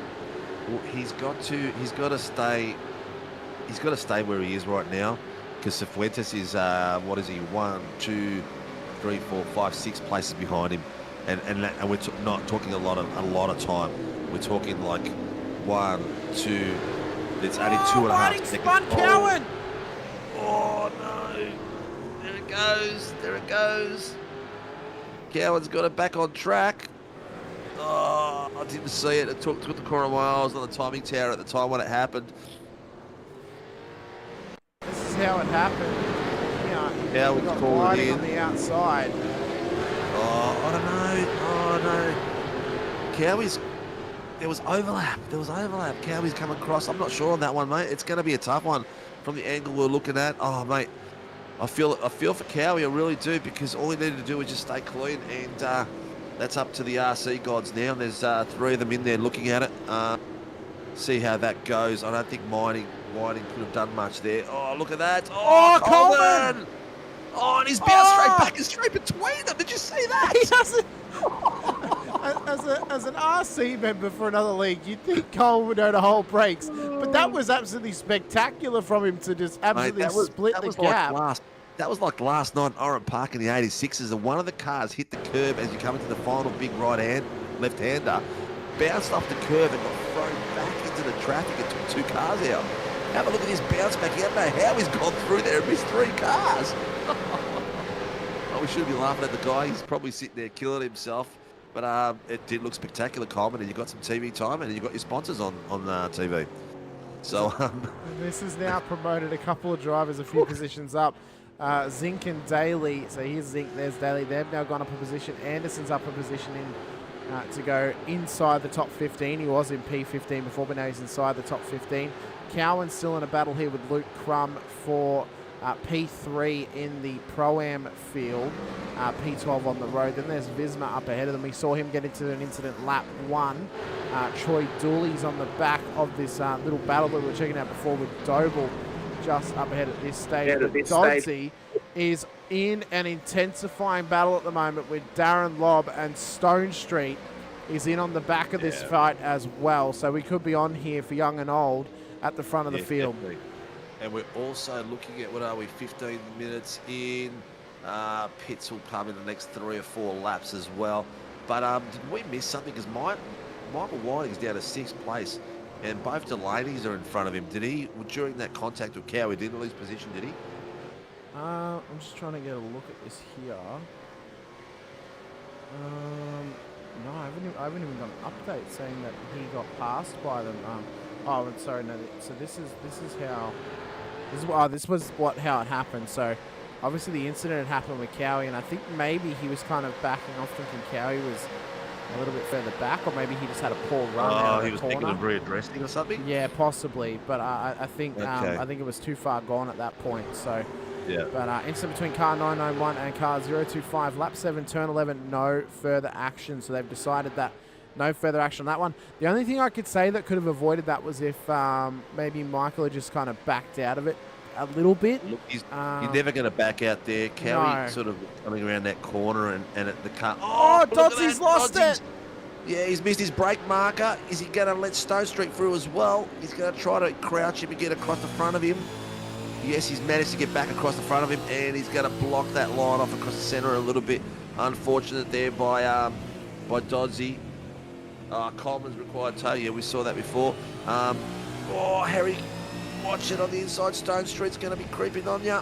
No, you got some momentum going. Nicely done. Yeah, I'd say he's probably thinking he was going to pass. Look, Cowie came across, coming through that corner hot. Where's Michael going to go? He's there on the edge of the line. He's not really got anywhere to go further back. They're trying to make a move on each other. So look at this. It's racing. That's what happens. Matty Parker in the chat as well. How you going, mate? Someone who I had the absolute pleasure of calling his action last season in Vets. Sinker, in fact, he actually locked himself in to remain in Split 2, although I have a feeling he'll be trying to pre-qualify back into Split 1 for season 19. But Mr. Matty Parker, well, I don't know how many races you've called of his, Sinker, but he's a very talented operator. David Kirby's dropped a couple of spots. Was one of the first few boys that I raced with. Ooh. And he actually helped me in the early days with Crosby and those boys, getting control of the car and teaching me a few things. Very well established go-kart racer. Does a lot of, I'm not sure if he still does travelling overseas. I know he was travelling overseas to race in go-kart competitions all over the world. Those days might have stopped. I don't know, Matty. You're too old. I guess he can only answer that question, but maybe in future seasons we'll see some more of the Nova Sim Sports drivers, possibly Parker or even Toddy Duggan, or possibly even Paul Hayes in future as well. So we'll see if they come in and have a crack with us over here at SRW as well, even on a Sunday or a Tuesday night. There's Visma. Visma on the back of Kirby. Visma's done really well. He's got himself up 3 places now. He's got Kirby on the inside. Has he got the run down the main strip? Kirby's got the draft in the car in front of him, so he might creep a bit higher, but it also means that Kirby can't brake late as he wants to because he's got the car in front of him too. He's managed to keep it going. Oh, there's the slightest touch there on entry. Oh, that was so damn close. That was so damn close. He managed to maintain that. I think Visma backed off in the end just to keep it clean. There's a few people pitting now. We've got Blake Delaney, Ty Delaney, Troy Dooley all pitting. Cowan's obviously pitting for his damage, and he'll probably be a lap down if my guess is correct. But Delaney he'd have a fast repair, surely. Yeah. He's P13 at the moment. This would be his regular stop. But yeah, he'll definitely have to use up that fast repair on that car. He's hoping that Cifuentes stays out, and maybe he'll get an undercut so he can get his position back up the top there. With the tight grid that we've got, with all these guys travelling between each other, the 210s, 310s, 510s, it's going to be an easier gap to catch up. And we have number 6. Matty Parker's got in the chat, so trying to get back over there soon. Only got back into kart recently. Oh, well, very interesting to hear there, Matty. We'll have to see how that can affect your sim racing career as well going forward. Maybe Split 2 will be the place for him, Sinker, going forward if he's going to start getting into karting, just so then it's he's got the pace to win races there and get into battles. Matty's kind of proven he's kind of in the Split 1.5, we'll call it, where it's like the in-between drivers between Split 2 and Split 1. They could go either way. So maybe that'll be a better spot for him going forward for that league especially. But Lobby, though, he is on for yet another impressive performance. He has continued his run tonight of winning at least one race in every single round so far this season. He's the number 99 Mustang driver, and he's looking to take out the round win by going 2 from 2 here tonight. Gap is already out to 3.4 seconds back to Dodsey, and you know that Lob has been saving fuel in that little battle in the background, and now he's just able to open up the jets a little bit and just start to push on. Stone Street in, Whiting in, and Sanfuentes. In comes Doble as well. So interesting to see where they come out ahead, if they come out ahead of like both the Delaney's and even Dooley as well. I know Dooley... I reckon Rob will go for another 2 laps. Yeah, quite possibly. He has now also lapped Jack Anderson, who has been in the lane and done his pit stop. So he's been in and he's done his stop here tonight. Came in on the last lap, so he should get his lap back on Lobby once Lobby does make the pit stop. Same with Dodds. Same with Visma, who's now P3. And same with Daly as well if they get past him too. So let's see where Fuentes comes out, and according to Cowan, because Cowan's dropped a fair bit down there, the 15th coming out. Delaney nearly had Stone Street, but Stone Street just keeps it ahead of him there. Sam Fuentes comes out just behind the young Guppy, but he wants to bring the fight onto him here. Cowie's a long way back off him. He is P2 in the Pro-Ams at the moment, but he's P13 on the road. That'll be good enough for, we'd have to argue, maybe P12 after the rest of the pit stops happen, but I think P13 is probably the likely scenario there for Cowie after an unfortunate incident and then having to come in and fix that car as well. So, but he's still P3 for his class at the moment, but Daly does need to pit. So could be provisional P2 at the... Oh, no, sorry, I do apologise, because Dooley is also in his class. Yeah. The only one not to pit yet are Travis Daly, Anthony Visma, Harry Dodds, and Darren Lobb. The rest all pitted at lap 10 and 11. We've always predicted that Lobby will go 2 laps later, so I'm picking... Here we go. He is in now. So he went 1 lap longer. Follow him in. He will indeed. What about Visma? He has. Yep, he has. So Stone Street and... Delaney's actually gotten Stone Street as well. Yep. He's just got him just not too long ago. So now Stone Street's following Delaney all the way through.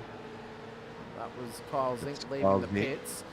I was trying to get this incident up, but the not incident at this moment, it went up on me. So he went for the over-under and then just got it up the inside, coming into this little section here. So it was a good little move from him there into turn 2.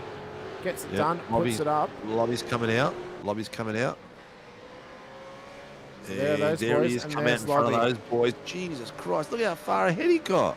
Doddsy has lost so much time in that pit stop. Whoa. He has lost so much time. Well, his pit was only... his pit was shorter than... No, hang on, Dodsy's there. 21 seconds his pit went for. Compared to Lobby and Dylan and all those boys were like 17 seconds. Whiting's was 16.6. So what happened to him? Well, he got the stop done. Yeah, he did tyres. That's what it was. He's gone for tyres, I reckon. Yep. And that's just one of those mistakes you made. That was Sam Fuentes on Delaney pushing, just elbowing Delaney out of the track.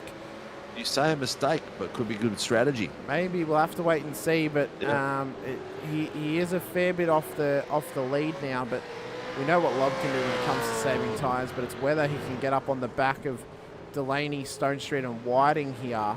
Obviously, that's what the battle is. The battle's for 2nd, 3rd, and 4th. Yeah, that's where the battle is at the moment, and they'll be going for it. Race control. They've got someone. Car 7, lap 13, turn 5. Whiting has called something in. That's Delaney. That's Delaney. Was it? Yeah, that's Ty Delaney. So maybe that was him. Maybe that was him calling it in with the move with Sam Fuentes getting the elbows out. Maybe he saw the move and called it in. He thought Ty hasn't called it in, so he called it in for him. Maybe, quite possibly, could have done that. Maybe Ty's without his microphone at the moment, and Blake's been able to tell him that, or something. Doble just kind of getting out the way of the braking line of Julie there. Doesn't want to run up the rear end of him and just save that little braking marker, but.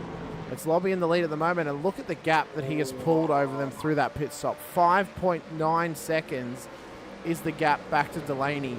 But this is the battle on hand. It's 2 fishies versus the Super Cheap Auto WKMP entry of choice Stone Street here. And if Stone Street can survive this, it's going to be a nice little breakout for him getting onto the podium. Here comes Whiting. That was teamwork. That was teamwork at its best. That was teamwork at its best. That was Blake holding that line, giving Whiting the option to break that a little bit earlier and get his run on top of Stone Street. Love that work. That was beautiful. So Stone Street now falls off the podium, and well, these boys could be racing each other next season. Mr. Whiting is now of age to race in Vets Sinker. So now this could be a little bit of a preview for that league, but also a little bit of a preview for both drivers of how they both operate and how they race. So, you know, I'm all for it. It's going to give them more opportunity to race against each other, which should lead us to getting some really good battles out of them here in SRW, being that they'll be racing each other a lot more. Yeah. The more the guys know each other, the better they race, and that's what we've seen. And Freeman's over the radio at the moment. 0112 has got a black and white flag. That is San Fuentes. He's been given a penalty. This will likely be a redress. That'll be a redress on Delaney. Possibly. Well, he hasn't called a redress. He just said black and white flag warning. So I'm not sure that's just a warning. Then maybe they're just warning him on it. Yeah. I'm not sure. Maybe just not to get the elbows out so much. But Matty Puck saying that looked a bit fishy. Yeah. I'll tell you what was not fishy though last night, Matty, was the fact that we had no fish in our wet session, and I'm still heartbroken over that sinker that we did not get that. I'm personally insulted by it as well, that they didn't decide to join us, but it is what it is. Man, I don't hold it against anyone. Everyone races everywhere, but it would have been like a few fish out there. I thought Dykey might have come in there, to be honest with you. But Blake has got 7.85 seconds behind Lobby. Lobby is 2 seconds faster than everybody else at the moment. Matty Parker. Sorry, what was his last lap? Well, West would have loved it. Yeah. Here we go. 012 forcing another driver off the track. Black and white flag. So he didn't get a penalty. He got a black and white flag for forcing another driver off the track. I'm just going to look it up. Yeah. Black and white flag is a warning. So what was I saying? Okay, so Lobby's in the 51. He just did the fastest lap, 151.738. He's definitely not saving at this point. Delaney is doing a 153.4 and Whiting a 153.2. The rest of the boys are round about there and abouts. Actually, Dodds is in 152.8, so he's got a lot of pace in himself too, but he just needs to get himself back up to the pointy end, and that is number 7. Oh, wow. The iRacing gods just hate you at the moment, don't they? Oh, yeah. They absolutely hate you. Lucky you don't need it. Yep. Well, if anyone wants to feel carp, fishy guys need salt water, not fresh. Oh, boy, Clark. Mr. Crash Clark in the chat as well. Well, the worst thing about it, catching a carp is you can't throw it back in because it's illegal to throw them back in. You got to leave them and kill them, and they stink the shit out of your boat. I've seen a carp sitting there for a day, still sitting there gasping for air and surviving.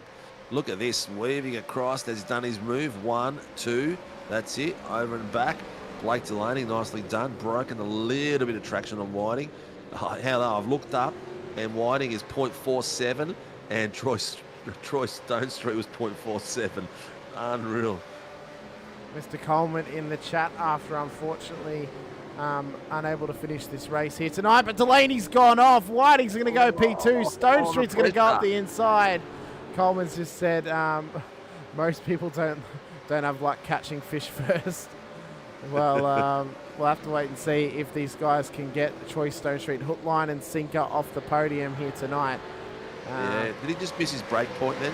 Yeah, I think so. Yeah, I think it was. I think maybe he's too busy looking in the mirrors at where Stone Street was on Whiting. But now we're going to get into possibly another bit of teamwork here from the Fishies going forward, just to try and get Stone Street off the podium. But it's been a good run tonight from Troy. He's been keeping it up with them, keeping it on the podium or around the podium. And again, this is kind of like a breakout moment for him. And maybe next season, who knows, we could see him snatch up a cheeky win here or there. Yeah, he's definitely got a bit more, got some great pace and some really good racecraft as well. He's been staying clean of these fights, which is really easy to get messy, and he's been doing well. I've just looked at the timing charts. young Ty is travelling in the 152s. So he's slowly catching. He's in the back of Cifuentes. He's slowly catching Cifuentes. He's caught him now. And that battle in there is going to heat up in not too long. But the rest of the guys in front of him are all doing 53s. Well, he is lapping at an absolutely rapid pace. 9 minutes to go in the session, ladies and gentlemen. This is our little battle here for P2. There is Darren Lobb in P1. 10 seconds up the road off the front of Michael Whiting, I believe. Jack Anderson somehow getting into the chat, but he is still driving, so I don't know how he's doing this at the moment. He must be on his phone, possibly. But getting into the chat with us here whilst he's driving that Velocity Racing Team car. Got the move done there on Chris Tomlin's move up into P16 of the road at the moment. But Lobby dominating the proceedings. This little battle still sits on hand with us. I'll tell you what, I reckon Stone Street's improvements have not only come from getting more time in the car and racing a lot more often, but the fact that he's in the same team as the great Scott Gamble and possibly learning and getting some tips off of Gamble. We know how fast he is, we know how pacey he is, and I think that's only improving Troy's performances out on track. Yeah. Well, your boys are swapping paint with Chris Tomlin. They've changed positions 3 times in the last few seconds, so maybe part of that is due to him texting at the same time. But Ty Delaney again, the back of Cifuentes, he's down to 2/10. That is the closest battle we have at this point. But then Stone Street and Blake, 3/10, 4/10, 4/10. The boys are settling through. Gerard Cifuentes is currently the Pro-Am leader, sitting in 6th place. In 3rd is Troy Dooley, and in 4th is Andrew Cowan. Andrew Cowan has gapped Luke Crum, who they're fighting for position for the podium in the AMs, and he's got him down to a 2nd. So he's keeping a nice safe buffer of a 2nd between them. Oh, Delaney, 0.08. He's on fire, and he just passed him. We just missed it. There it is. He's got it over and under. But Cifuentes is not going to give that place up very easily at all, even though it's not a class battle, it's a points battle. Cifuentes wants as many points as he can because his teammate Cowan has dropped down. He just wants to gain whatever he can. Although perfect world would be we get an all-out and out, 2-point gap battle going until the end of the season. So then it comes down to round number 9, the Enduro event out at Sebring. But it's been a great performance so far this season for Sam Fuentes. He's really on the cusp of greatness at the moment. That's definitely a breakout season, 100% breakout season. Michael Whiting has got Stone Street and Blake hunting him down like crazy. They are 2/10 gap on the back of him. Any mistake out of these 3 guys, and it's going to open up a podium position. It's definitely a lobby. Darren Lobb podium from here. He's 12 seconds ahead, but these boys here are only the gap from the front of Whiting's car to the back of Blake's car is probably 4/10. We've had a fantastic comment here from Mr. Roy Clark. We all know Troy has learnt from John Van Ree on how to remove sandbags out of the boot of the car. Maybe that's how he's gaining his pace, possibly. He's not running that extra ballast out the back of the car. For those that don't know, the story behind that is it's widely kind of talked about and it not a real controversy, but joked about that John Van Ree and the vet sandbags to keep himself in split 3, which he doesn't do, but we always joke about it. And in fact, the members of that league made a deal with him that if they were able to raise a certain amount of money for one of his teammates, he's widely known as Gunter in WKMP, if they could raise enough money for his charity that he's running Bathurst for. He's literally running around Bathurst, the race circuit. If we could get him up to $500 donated, that John would have to run a Sandman livery for next season. So so everyone got around him and kept the joke going for long enough that they were able to raise money for Dementia Australia, and now he has to run that for season 19. So that's the little joke behind that one, but it was for a good cause as well, so he was happy to do it. But Troy, though, he's had an exceptional run so far this race, but that's a big slide from him. Oh, nearly. Ty Delaney is also past Cifuentes. But Cifuentes is chasing him down as well. I just saw a text from one of the boys in our admin, and anyone know what time International Women's Day finishes? I'm starving. Probably not the greatest joke to make in this day and age on the live broadcast, but Delaney gets it back up into P3 past Stone Street. Whiting has just started to break away off the front of this battle now, so now it's becoming a little 1v1 here for P3 on the road between Delaney and Stone Street. Sam Fuentes, as mentioned, 2.9 seconds off the back of Ty Delaney. And Luke Crum is now only 0.3 of a second off the back of Andrew Cowan for P3 in the Pro-Am class at this time.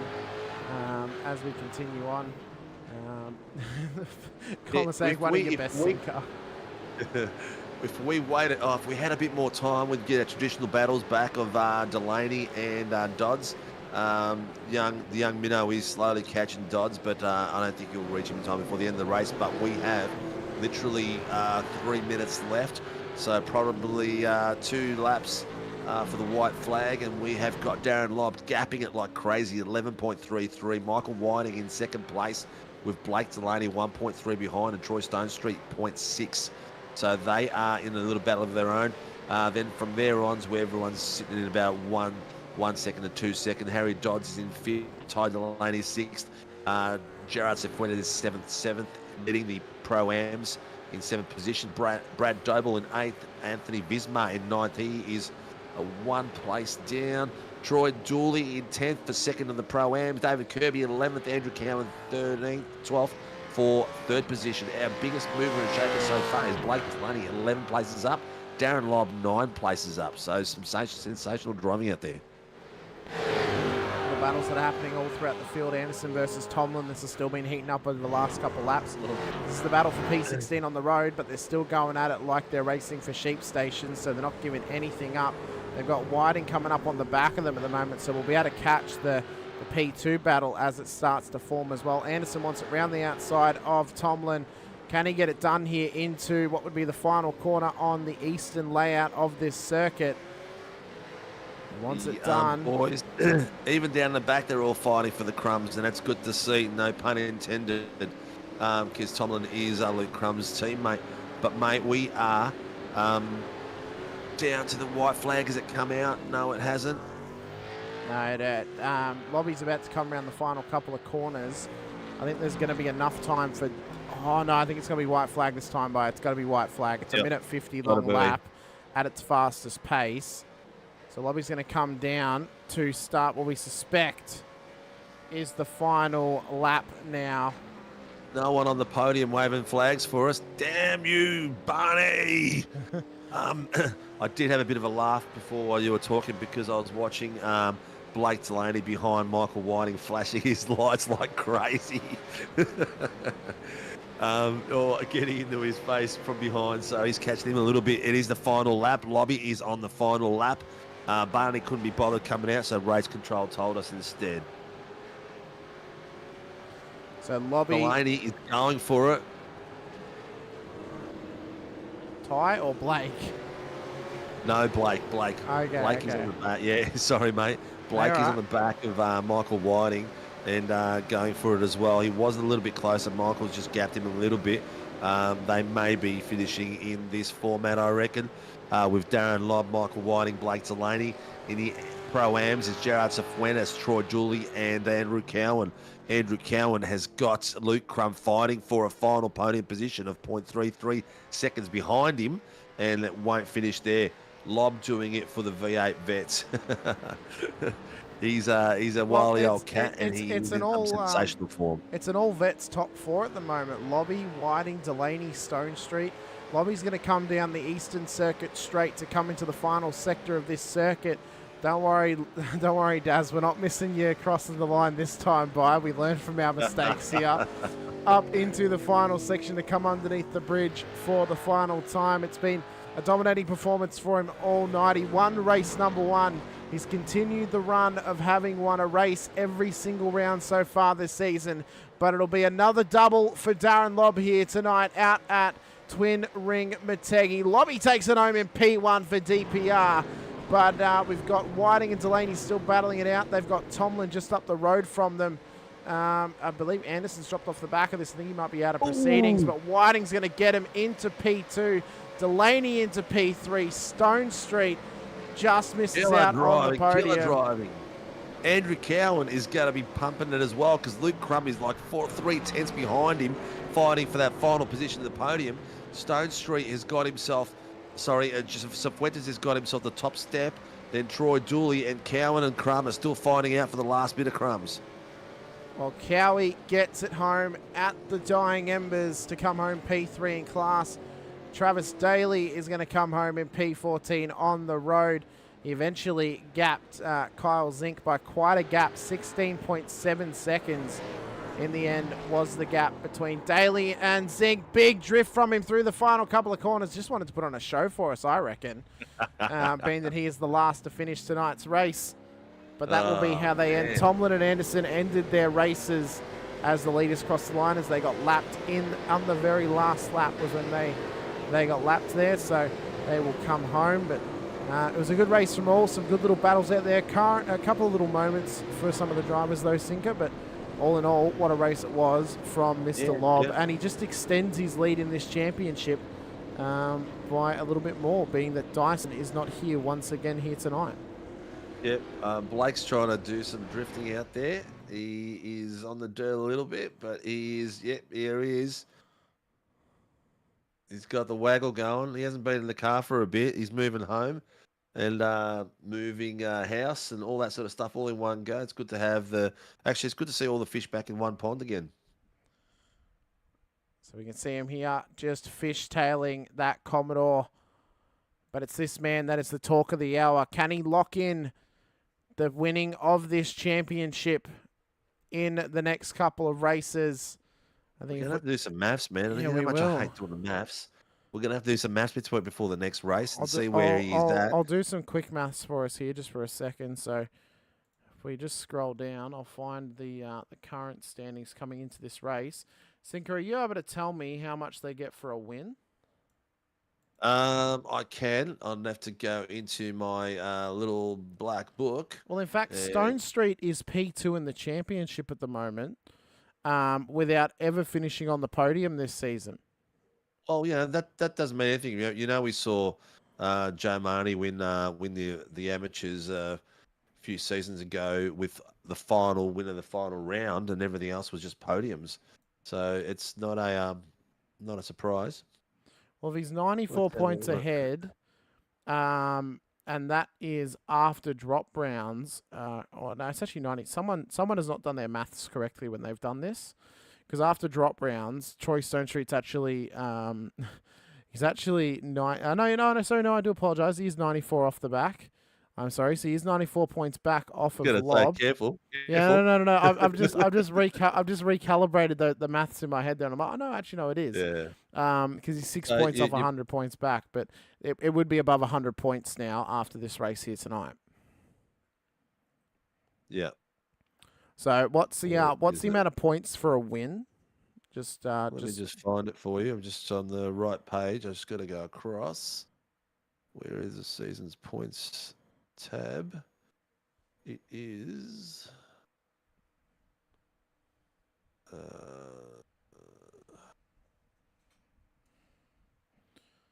Well, whilst you find that, we'll quickly run through the feature race results for tonight's race. Provisional results up on your screens. This is how our pros lined up. We'll bring up our overall positions. How many is it for a win? So your heats are a bit different. So we're in your first position is 60 points for the first heat, and the feature first position is 120 points. So they drop down by 2 points in the heat, and in the feature they drop down by 3 points. So if we look at what the current, just quickly before we run through the results, what rounds we got now? So we have a normal and a sprint round left this season. So for a sprint round, how many was it for the heat and the feature? 60, 120. Okay, so 180 all up. And then for a normal? 180. Okay, so he needs to be leading and then how many is it for an enduro? Is it double points or is it still 180? No, enduro is 240. Okay, so he needs to be leading by 240 points come Sebring if he wants to lock in this championship. The only way he's really realistically going to be able to... Well, I mean, that, again, is there even a 240-point spread across the whole field? Not 100% sure, but this is how they currently stand, ladies and gentlemen, for our provisional results here tonight. Darren Lobb comes home P1, a whole 13.3 seconds ahead of Michael Whiting out of P2 and Blake Delaney in P3, who get 2 fishy cars onto the podium.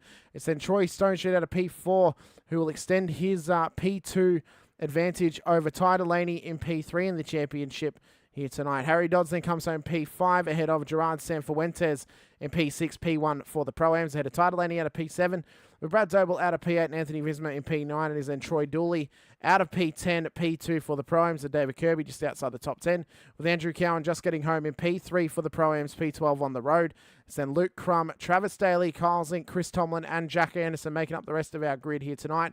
David Coleman then finished 14 laps down. Jones and Gardner never made the start here in this race. For our Pro-Am results, it was Sanfuentes to Dooley to Cowan to Crum to Daly to Zink to Tomlin to Anderson.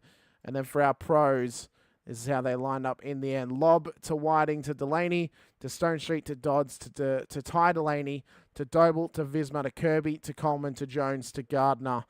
And that is how they will finalise their run here tonight. We'll wait for them all to hop into the green room to have a chat to us. But so just to give you a heads up on the points, Stone Street's only 94 points behind Lobb. So, and he's finished in the top 3. So Lobb would have only got 6 to 12 points gap on him just for the feature itself. So he's a long way from having the title in his hand, that's for sure. So we'll have to wait and see. It's realistically going to be what is the spread between them across the final round. So we have to know what the spread of points is at the end of the day.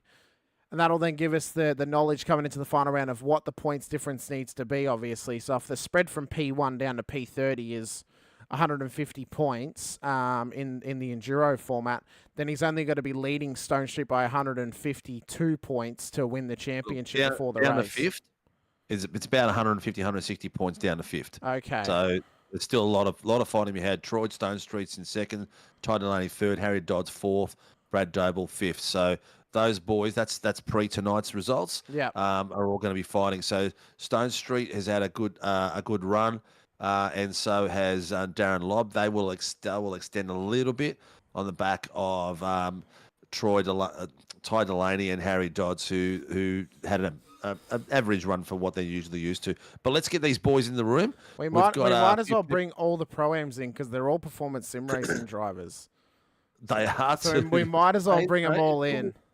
Julie performance sim racing? Yep, he is. It's a PSR lockout for Prime, so we'll drag them all in. He'll be happy. Yep. He's doing a happy dance. I'm sure he will be. I'm sure he'll even come and join us as well. But we've got our performance sim racing boys in here with us. We'll lock it onto Gerard Sanfuentes. So Cowie, Dooley, and Gerard, what a run it was for you boys. Just to save me typing, I'm just going to write performance sim racing because what a night for you to lock out the Pro-Am podium here. How did that race go for you boys, number one, inside the cars?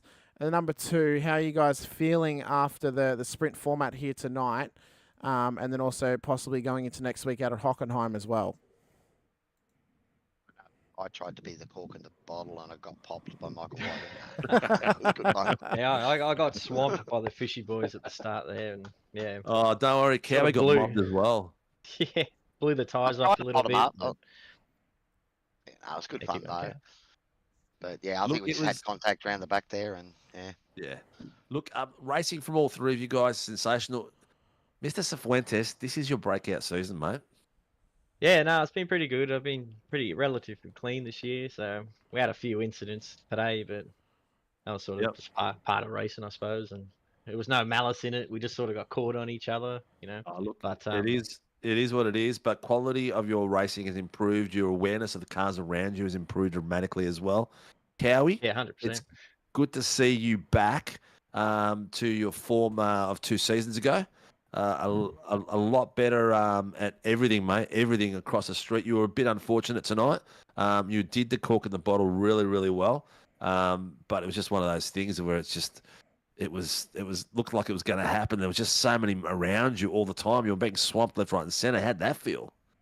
I mean, look, I've always said if you're within 3 seconds of the quick guys, you're doing pretty good. To get to 2 seconds takes a lot of effort, and like that track today, it was just chewing up rear tyres. So if you push hard and try to force the issue, all you do is hurt yourself.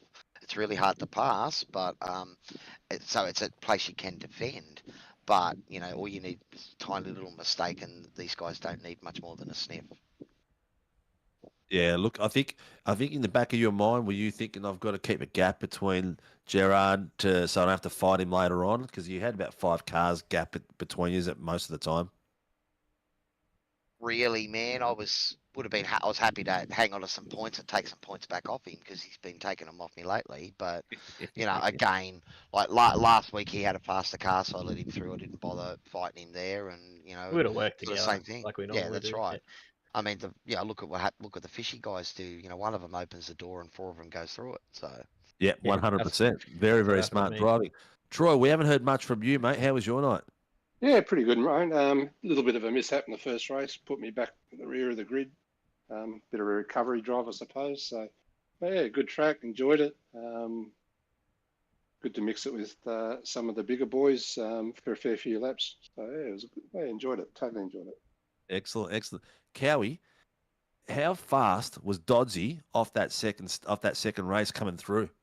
yeah, look, he got a great launch and got around the outside of me, so I didn't even really bother fighting it because if he had to come down, I would have turned him. So I just got out of it, let him have it, and tried to sit in behind him, and that was sort of a good strategy there for a few laps. And then I was able to keep was Dave Kirby behind me there for a long while. He got up alongside me for a couple of runs there, but I was able to hold the inside. And and then I think Michael got him, and then Lobby got through, and the 2 or 3 of them stuck through, and then I had that unfortunate incident with Michael. But these things happen. We're racing close, trying to leave him room, and he was trying to leave me room, and I think he said he had nowhere to go as well. So, and he thinks maybe a bit of netcode in it, but we'll have a look at it afterwards as well. So. Yeah. Look, mate, it was a great effort. Cowie, do you want to lead the boys out and tell us who supports PSR boys to get out on track, and also say good day to your boss because he'll probably be still doing a happy dance right now. Yeah, he popped in to say hi after race 1, and I think he wanted to explain what happened to Troy. He had a little chat to race control to see what was the go there. But nah, look, it's been great. We're thoroughly enjoying racing SRW League, so big thanks to you guys, of course. I'll actually get to broadcast the F3s this week, so that'll be something different. But big thanks to all of our performance sim racing guys. Jerry for taking out the win again. Troy's back. Are you back for a couple of weeks now, Troy? Yeah, back for a month or so pretty good. Oh, awesome. So we'll be putting some work in, but also our sponsors out there, West End Motor Group, Parramatta Isuzu, Too Easy Finance, Harvey Norman, Track Racer, my own business, CowieMusic.com. Had some awesome gigs on the weekend. It was great fun. Nice. And Knight Rider Designs for our paint, which I got my 1/18 scale model off Card FX on the weekend too. So we were talking about it, mate. We were talking about it, and Reece did say it was Card FX. That looked mega, that thing. Yeah, man, Ethan Warren did a great job on it. And also, of course, # talk to me, bro. Look, boys, we need to, not necessarily a shoulder to cry on, but, it's awesome to have a chat to your mates and maybe a beer and, game of dart, a pool or whatever it is, and, talk off some of those worries. Yeah, 100%. Well done, guys. Congratulations for, I believe, your first lockout as PSR team. I haven't seen one before, so do you reckon that's right, Cowie? I think so. Probably. Yeah, I think so as well. We've podiumed together a couple of times, but I don't think we've had not a full lockout. So congratulations to you boys, and congratulations to your team owner, Tyson McAvoy. And good luck for the rest of the season, guys. It's still hotting up, and it's looking like it will be anyone's comp at the moment. So congratulations. Take care. Jerry's still got a few races left to make some mistakes and bin it, hopefully. Yes, exactly. See you guys out on Tuesday night. Thanks, buddy. So we'll so catch you there, bud. Thanks, guys. There you go. Ladies and gentlemen, that was the PSR boys.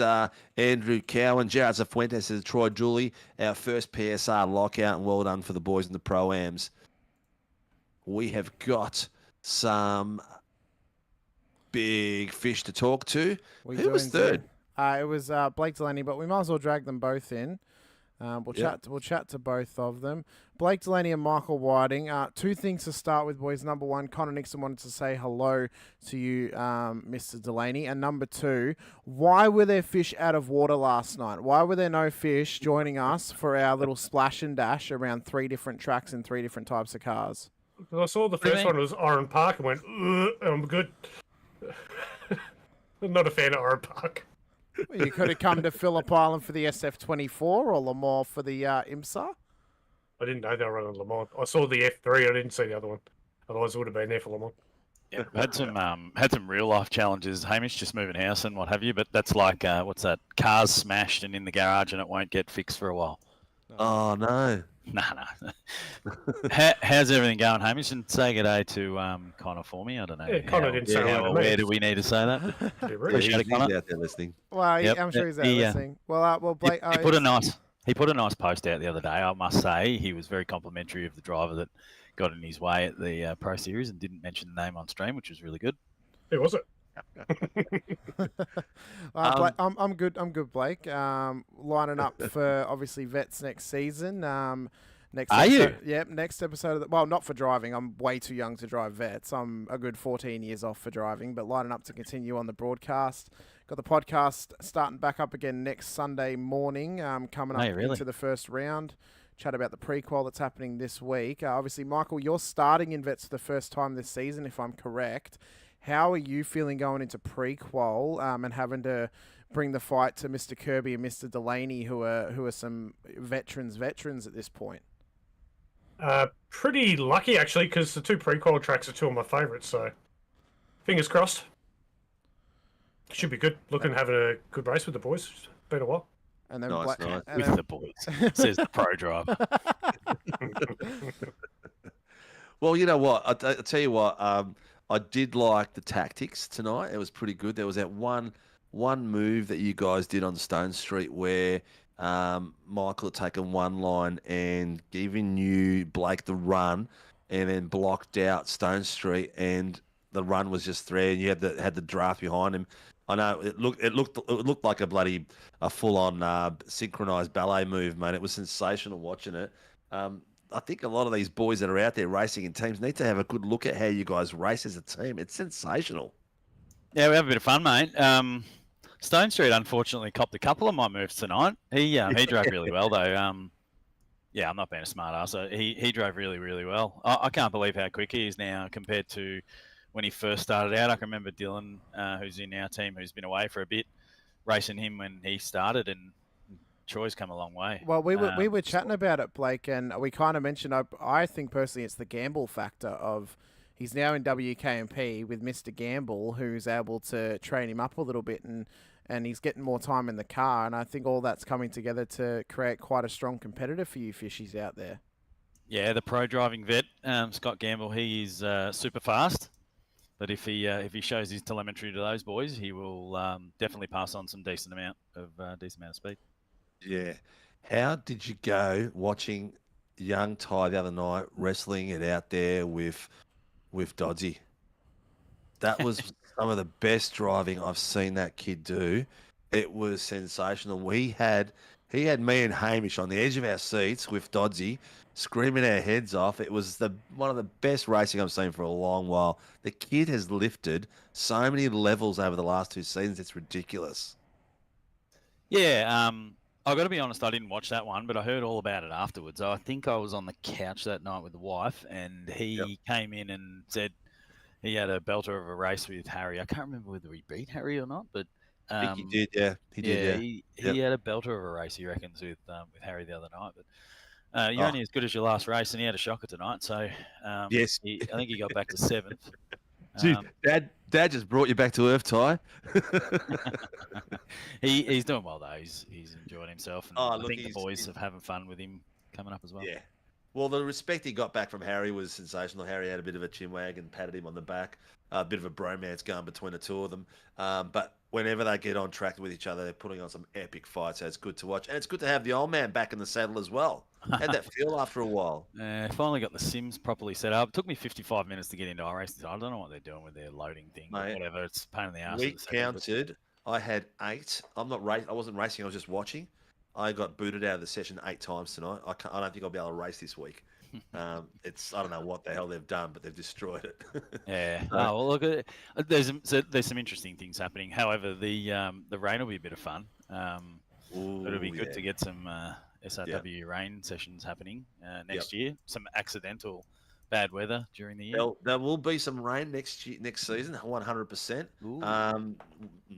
We're not sure about this season because I think there's too many things going on with it at the moment. It's a discussion we'll have tomorrow night with all the admin boys. But last night's racing was so much fun to watch, and some of the action that we saw was ridiculous in the rain, and it looked like everyone was having an absolute blast. Yeah, nice. Mate, it'll be awesome in the rain. We've done a bit of practice in the rain the last few nights. Me and Mike have been on, a couple of other boys having a bit of a run around at Sandown and a couple of other tracks. It's just been quite entertaining, to be honest. So, yeah. Is there much? How much of a driving style change are you guys looking at to be fast in these wet conditions? Oh, it's massive. Huge. Yeah. You got to drive the car like a go-kart. Yeah, you got to drive like a go-kart, offline everywhere, and make sure you only hit the apex. Get off the racing line on entry and exit, and you'll be right. Otherwise, stay away from the curbs and the painted lines. Yeah, well, we saw last night Connor Nixon down the main straight. He had we spoke to him after the race. He had a fair bit of rake on his car, and the nose just pinched and took him out. He hit the wall. Connor Nixon. I reckon Connor Nixon, we're nicknaming him, by the way. He's 2024's most improved driver, considering he got into the Pro Series. So we're going to make sure that we nickname him that. So can we just carry that on? Well, I know he worked hard for it as well, and he was disappointed that our F3 Series is on the same night as the Pro Series because he's not given that up. But I mean, it was a good run from both of you tonight. Michael, you've gone 2 from 2 now in the last 2 races across SRW for a podium, a win on Friday, a P2 here tonight. Is the next step trying to get that P1 in the Pro-Am, or just continue this run across both series? Oh, mate, the Pro-Am series, there's some really fast drivers in there. So anytime we get anywhere near the podium, I'll take that, whether it's a second or a third or a first. Mate, happy days if I finish winning. So just stoked to be there, be right up there with some of these fast guys. So it's good. Very good. Excellent. Well, who do you guys think to get out on track? We've got to get you fish out of the water and bring in the South African. Blake, you haven't done it for a while, so be my guest. Oh, look at it. Listen to him, the pro drive. I've had so many wins lately, so it's your turn. I've had one. West End Motor Group, Parramatta Peugeot Professional, Parramatta City Great Wall, West End Mazda Parramatta, Parramatta Isuzu, DC Shays, Relax Marina Game Fishing, Infinity Designs, Adrenaline Images, and we have Battery Warehouse, Early Beach. It's a Delaney thing, Cinko, because both him and Ty name every single West End Motor Group subsidiary. We were talking about this Friday. We were, but thanks for coming. If you're going to do it right. Thanks for coming over to chat to us, boys. Best of luck next time out on track, and happy birthday, Blake. Better be kind words on the pod. Mate, always, always, mate. Oh, mate, there will always be. It'll be 9:30 to about 10 a.m. next Sunday morning will be the morning show starting up again for season 19. So we'll talk about, we spoke about the rain last time, but I'll go through the pre-crawl results, talk about season 19 coming up, maybe even speak about some of the drivers who are doing some other leagues around them, especially SRW, or if they're doing East Coast or even the Pro Series or Scops, and yeah, just have a nice little morning chat as we lead into the next season. Awesome, mate. And a big shout out to Coleman. It is his birthday this week. Very good. Very good. I heard it's also Ty's birthday as well. So everyone's just sharing a birthday candle here. I'll get you a hip flask for your birthday, mate. Have an awesome one, boys. Thanks, boys. See you, boys. Take care, lads. Brilliant. Fantastic. I thought I'd sneak that in there because I haven't spoken to Blake in a while. And last time I did speak to him, I wished him a happy birthday from Coleman. Lobby, what a run. I mean, 2 from 2, continues the run of winning a race every single round. We're going to check the stats, Lobby, because this could be a record-making season from you here. Because I haven't heard, well, I've only been calling it this season, but I haven't heard of anyone winning at least one race per round in the entire season of Pro-Am up to this point in time. So if that is the record and you're going to try and, continue that record onto the end of the season, best of luck to you. But congratulations to what you've gotten so far. Thanks, mate. You're doing a good job at jinxing that not to happen, aren't you? It's going to be commentator's curse, right? I mentioned it last week, and you've managed to continue it going, so I got to keep it going. Yeah, fair enough. One thing I will say is that when it does come to cursing drivers, you do it pretty good, eh? I know. I mean, I keep on mentioning the curse of split 2 in vets, that the winner of round 1 never wins the championship. It's never happened, and I keep on mentioning it, and it still doesn't happen. So if I keep mentioning this, it means that you will break the record. So we'll have to wait and see.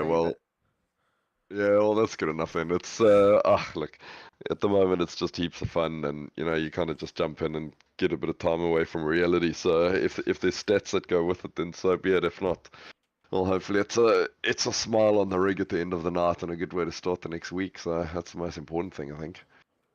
Well, tonight you had to work for it. It wasn't as easy as the last few weeks. You had to work for the first half of the race, mate. You came back, I think it was 13 places tonight for the feature. Yeah, it wasn't too bad, man. I actually jumped in really late, and I haven't been on the Supercars since the race last weekend.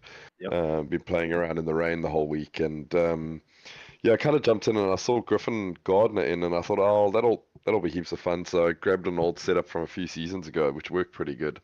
And I actually look forward to it. I thought him and I were going to have a pretty good 2 races tonight, but he didn't end up. I just pipped him in qualifying, and then he didn't end up making the grid. So yeah, first race was a little bit it was a little bit boring, I suppose. It was nice. It was a very different setup to what I normally run, so it was interesting just to see as the race wore on what the setup did. You kind of always learn a little bit more about these things. And the second race was just fun, with the reverse grid. I love the different format. I love the shorter first race and a longer second one with a reverse grid and a pit in the middle. And it's, I suppose when you've got a pace advantage, it's quite nice because you can afford to sit back and have a bit of fun in the pack and let everybody kind of dust each other up. And I don't think there was really a forceful pass that I had to put into someone. It was really just positioning the car in the right places to take advantage of mistakes. So yeah, it was pretty good. I was chuffed to get up through to the front by the pit stops. Well, I mean, talking about just quickly reverse grids, Lobby. Obviously, we only have the reverse top 10. How would you feel about going to a full reverse grid in next season? Possibly, we haven't really spoken about it too much, but would you think that's a good possibility going forward, just to offer opportunity to new drivers to try and eke out a top 10 or even a cheeky podium here or there, but also make it a little bit tougher on some of the drivers who are up the front all the time to actually have to battle their way through the field across the 40 minutes? I personally have no issue with it. I think where it starts to get quite difficult is if you start to get towards like a 30 or 40 car grid and you've got a 3, 4, 5 second variance between the guys that are right at the front and the guys that are at the back. I think that's when you start to look for a little bit of trouble. But, race tonight where we've probably got 20 cars, we've been racing these supercars for so long, there's probably nothing we haven't done from a race format perspective. So hell, throw us in the deep end, and provided the race is long enough, reverse grid races are always great fun. I think the challenge is when you run like a short 20-minute race and try to reverse the whole grid. That's where people start to get desperate, because you really, every pass that you don't pull off is probably a position that you can't make back up again later in the race. So if the race is long enough and we're running for 40 minutes, I personally have no issue. Let's make it fun for everyone watching on TV. Make it fun for the drivers. Let's get the new guys to learn a little bit more and reverse the grid. Well, there we go, Sinko. I reckon we got to lock it in, Sinko. That sounds like a fantastic selling point, doesn't it? Yeah. Famous last words. I think I'm saying. No, look, maybe. I think reverse top 10 is probably a good start. You listen to the conversations and you can already see the guys in the top 10 now. Guys have a good race for it, but then also, they kind of know with these cars that you can't throw it all at each other in the first 10 laps of a race, because it just ends up, you just wreck your tires, you just wreck your own race. Sometimes it's better to let a faster driver through and sit in the slipstream and follow them through the field. So it's certainly a great racecraft learning tool. 100%. We And did it in the yeah, 86s at the beginning of this season. We had our first split was I think it was 20 cars, then 10, then 5. I can't remember if we did it for this season or last season, but it was a lot of carnage involved. So we thought, no, we'll just go to 10 and 5 and leave it at that. But it you was know, I think the 86s, I've done a little bit of driving in them with reverse grid as well, and the problem is you're just so evenly matched with them that you know it doesn't surprise me at all. You know, with the draft and that sort of thing, that guys are pretty desperate. But you know, with the supercars now, you just as the heat goes up in the server. You know, kind of so your setup falls off, so you wear your tires more, so the fuel burns off. You end up, you know, the discrepancy between cars and the ability to keep it neat and tidy every lap just gets harder and harder. So provided guys are patient right at the beginning, I think the reverse grid works in these cars far better than something like the 86s, where it's, you know, they're dead even the whole way through a race. So anyway, I mean, even if we stick to 10, I still think it's great. I'd love to see V8 Vets go to a change of format where they bring in a reverse grid, whatever it is, whether it's top 5, top 8, top 10, the whole grid. You know, who cares? It's good fun. Yeah, I'm trying to sell the sprint format for vets, at least for. I've been talking about it at length over on the podcast lobby from time to time of having. Obviously, they run 10 rounds. Well, you could run maybe 4 regular rounds, what they currently run. Then have maybe 3 of the sprint round format where you have 2 races in one night of half a length each, and then you have your 2 enduros off the back of that as well. And I thought, well, maybe that would actually then spice it up a little bit, give us something new to kind of look at as well, and it doesn't necessarily break the formula. And if it doesn't work, you can just go back to the current formula that they have, and it's just a nice little testing field for it as well. So yeah, I agree, and it doesn't mean you're tossing half the season or the whole season on its head, even if you just try it 2 or 3 times during the course of a season. It's I think it's a great addition. I think 2 races in a night. It's great for the broadcast. It's great for guys that do get caught up in an incident. The worst thing with a long race is you get caught up in a first lap incident, and then you sit for the next hour just basically twiddling your thumbs to get to the end. Yeah, that's no fun for anyone. That's my racing in a nutshell, mate. yeah, that's no good. Well, Lobby, it was good to have you back on podium, mate. This is a habit. Our Sunday evening chats have been very good. I know that you don't have a massive list of people you need to thank, but Mum, and your kids and the wife for letting you race and not interrupting you while you're having a race. And who else was there? Yeah, of course, the dog's sitting next to me somewhere. Kind of just making sure I'm doing the right thing. Gives me a bit of a yap every now and then when I run out of breaks or miss a brake marker. No, I'm kidding. Just my team, the boys, all doing different things. Half the group tonight racing ovals. Half of them, I don't know, playing some shooting bugs game or something. So just thanks to all the boys. Thanks to DPR, and then my sponsor here in New Zealand, Barry Manon from Manon Racing Products. And then you guys. Thanks again for another good week. Thanks for the chat, and we'll hopefully see you next week. Excellent, mate. Well, congratulations again. The title fight keeps going.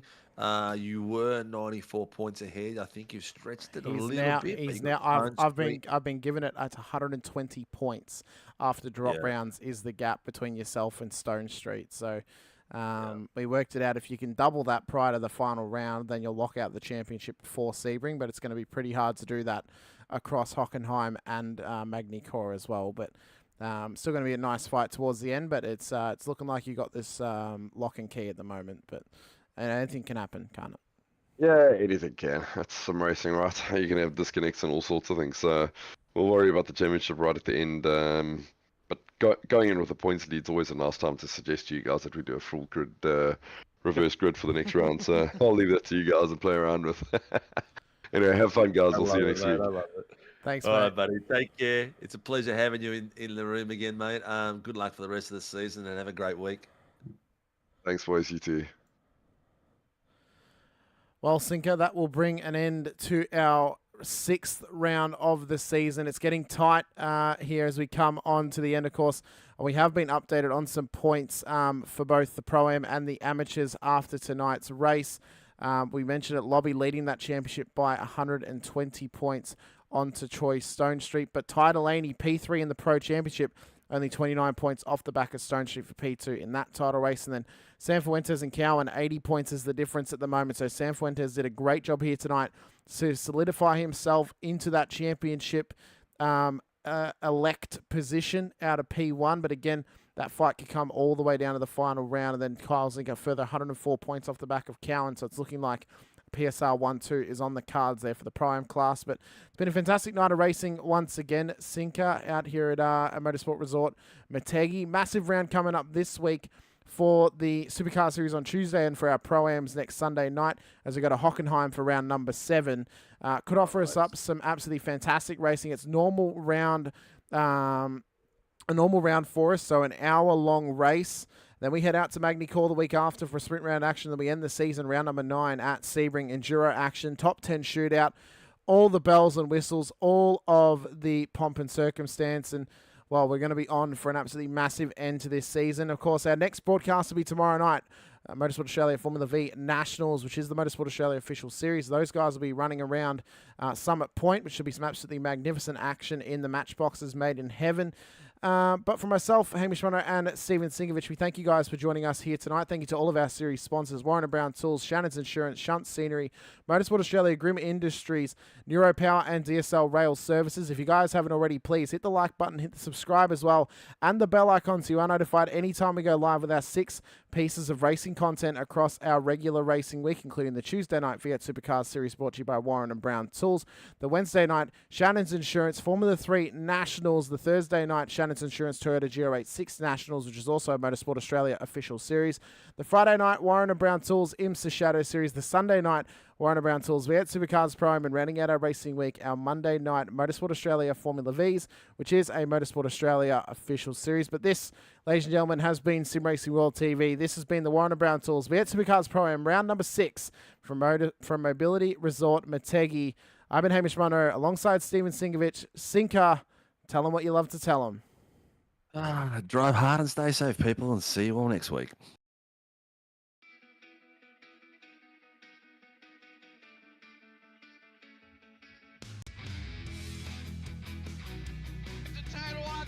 Amazing, I was clash heads again. This is like Chaz Mostert and Cam Waters, almost the same situation. Better contact going down the hill. Sam Noble wants to sniff on Dave Coleman now. Sam Noble bottle right now because tell you what, Bruce Tanak and Jamie Dyke just absolutely drove away.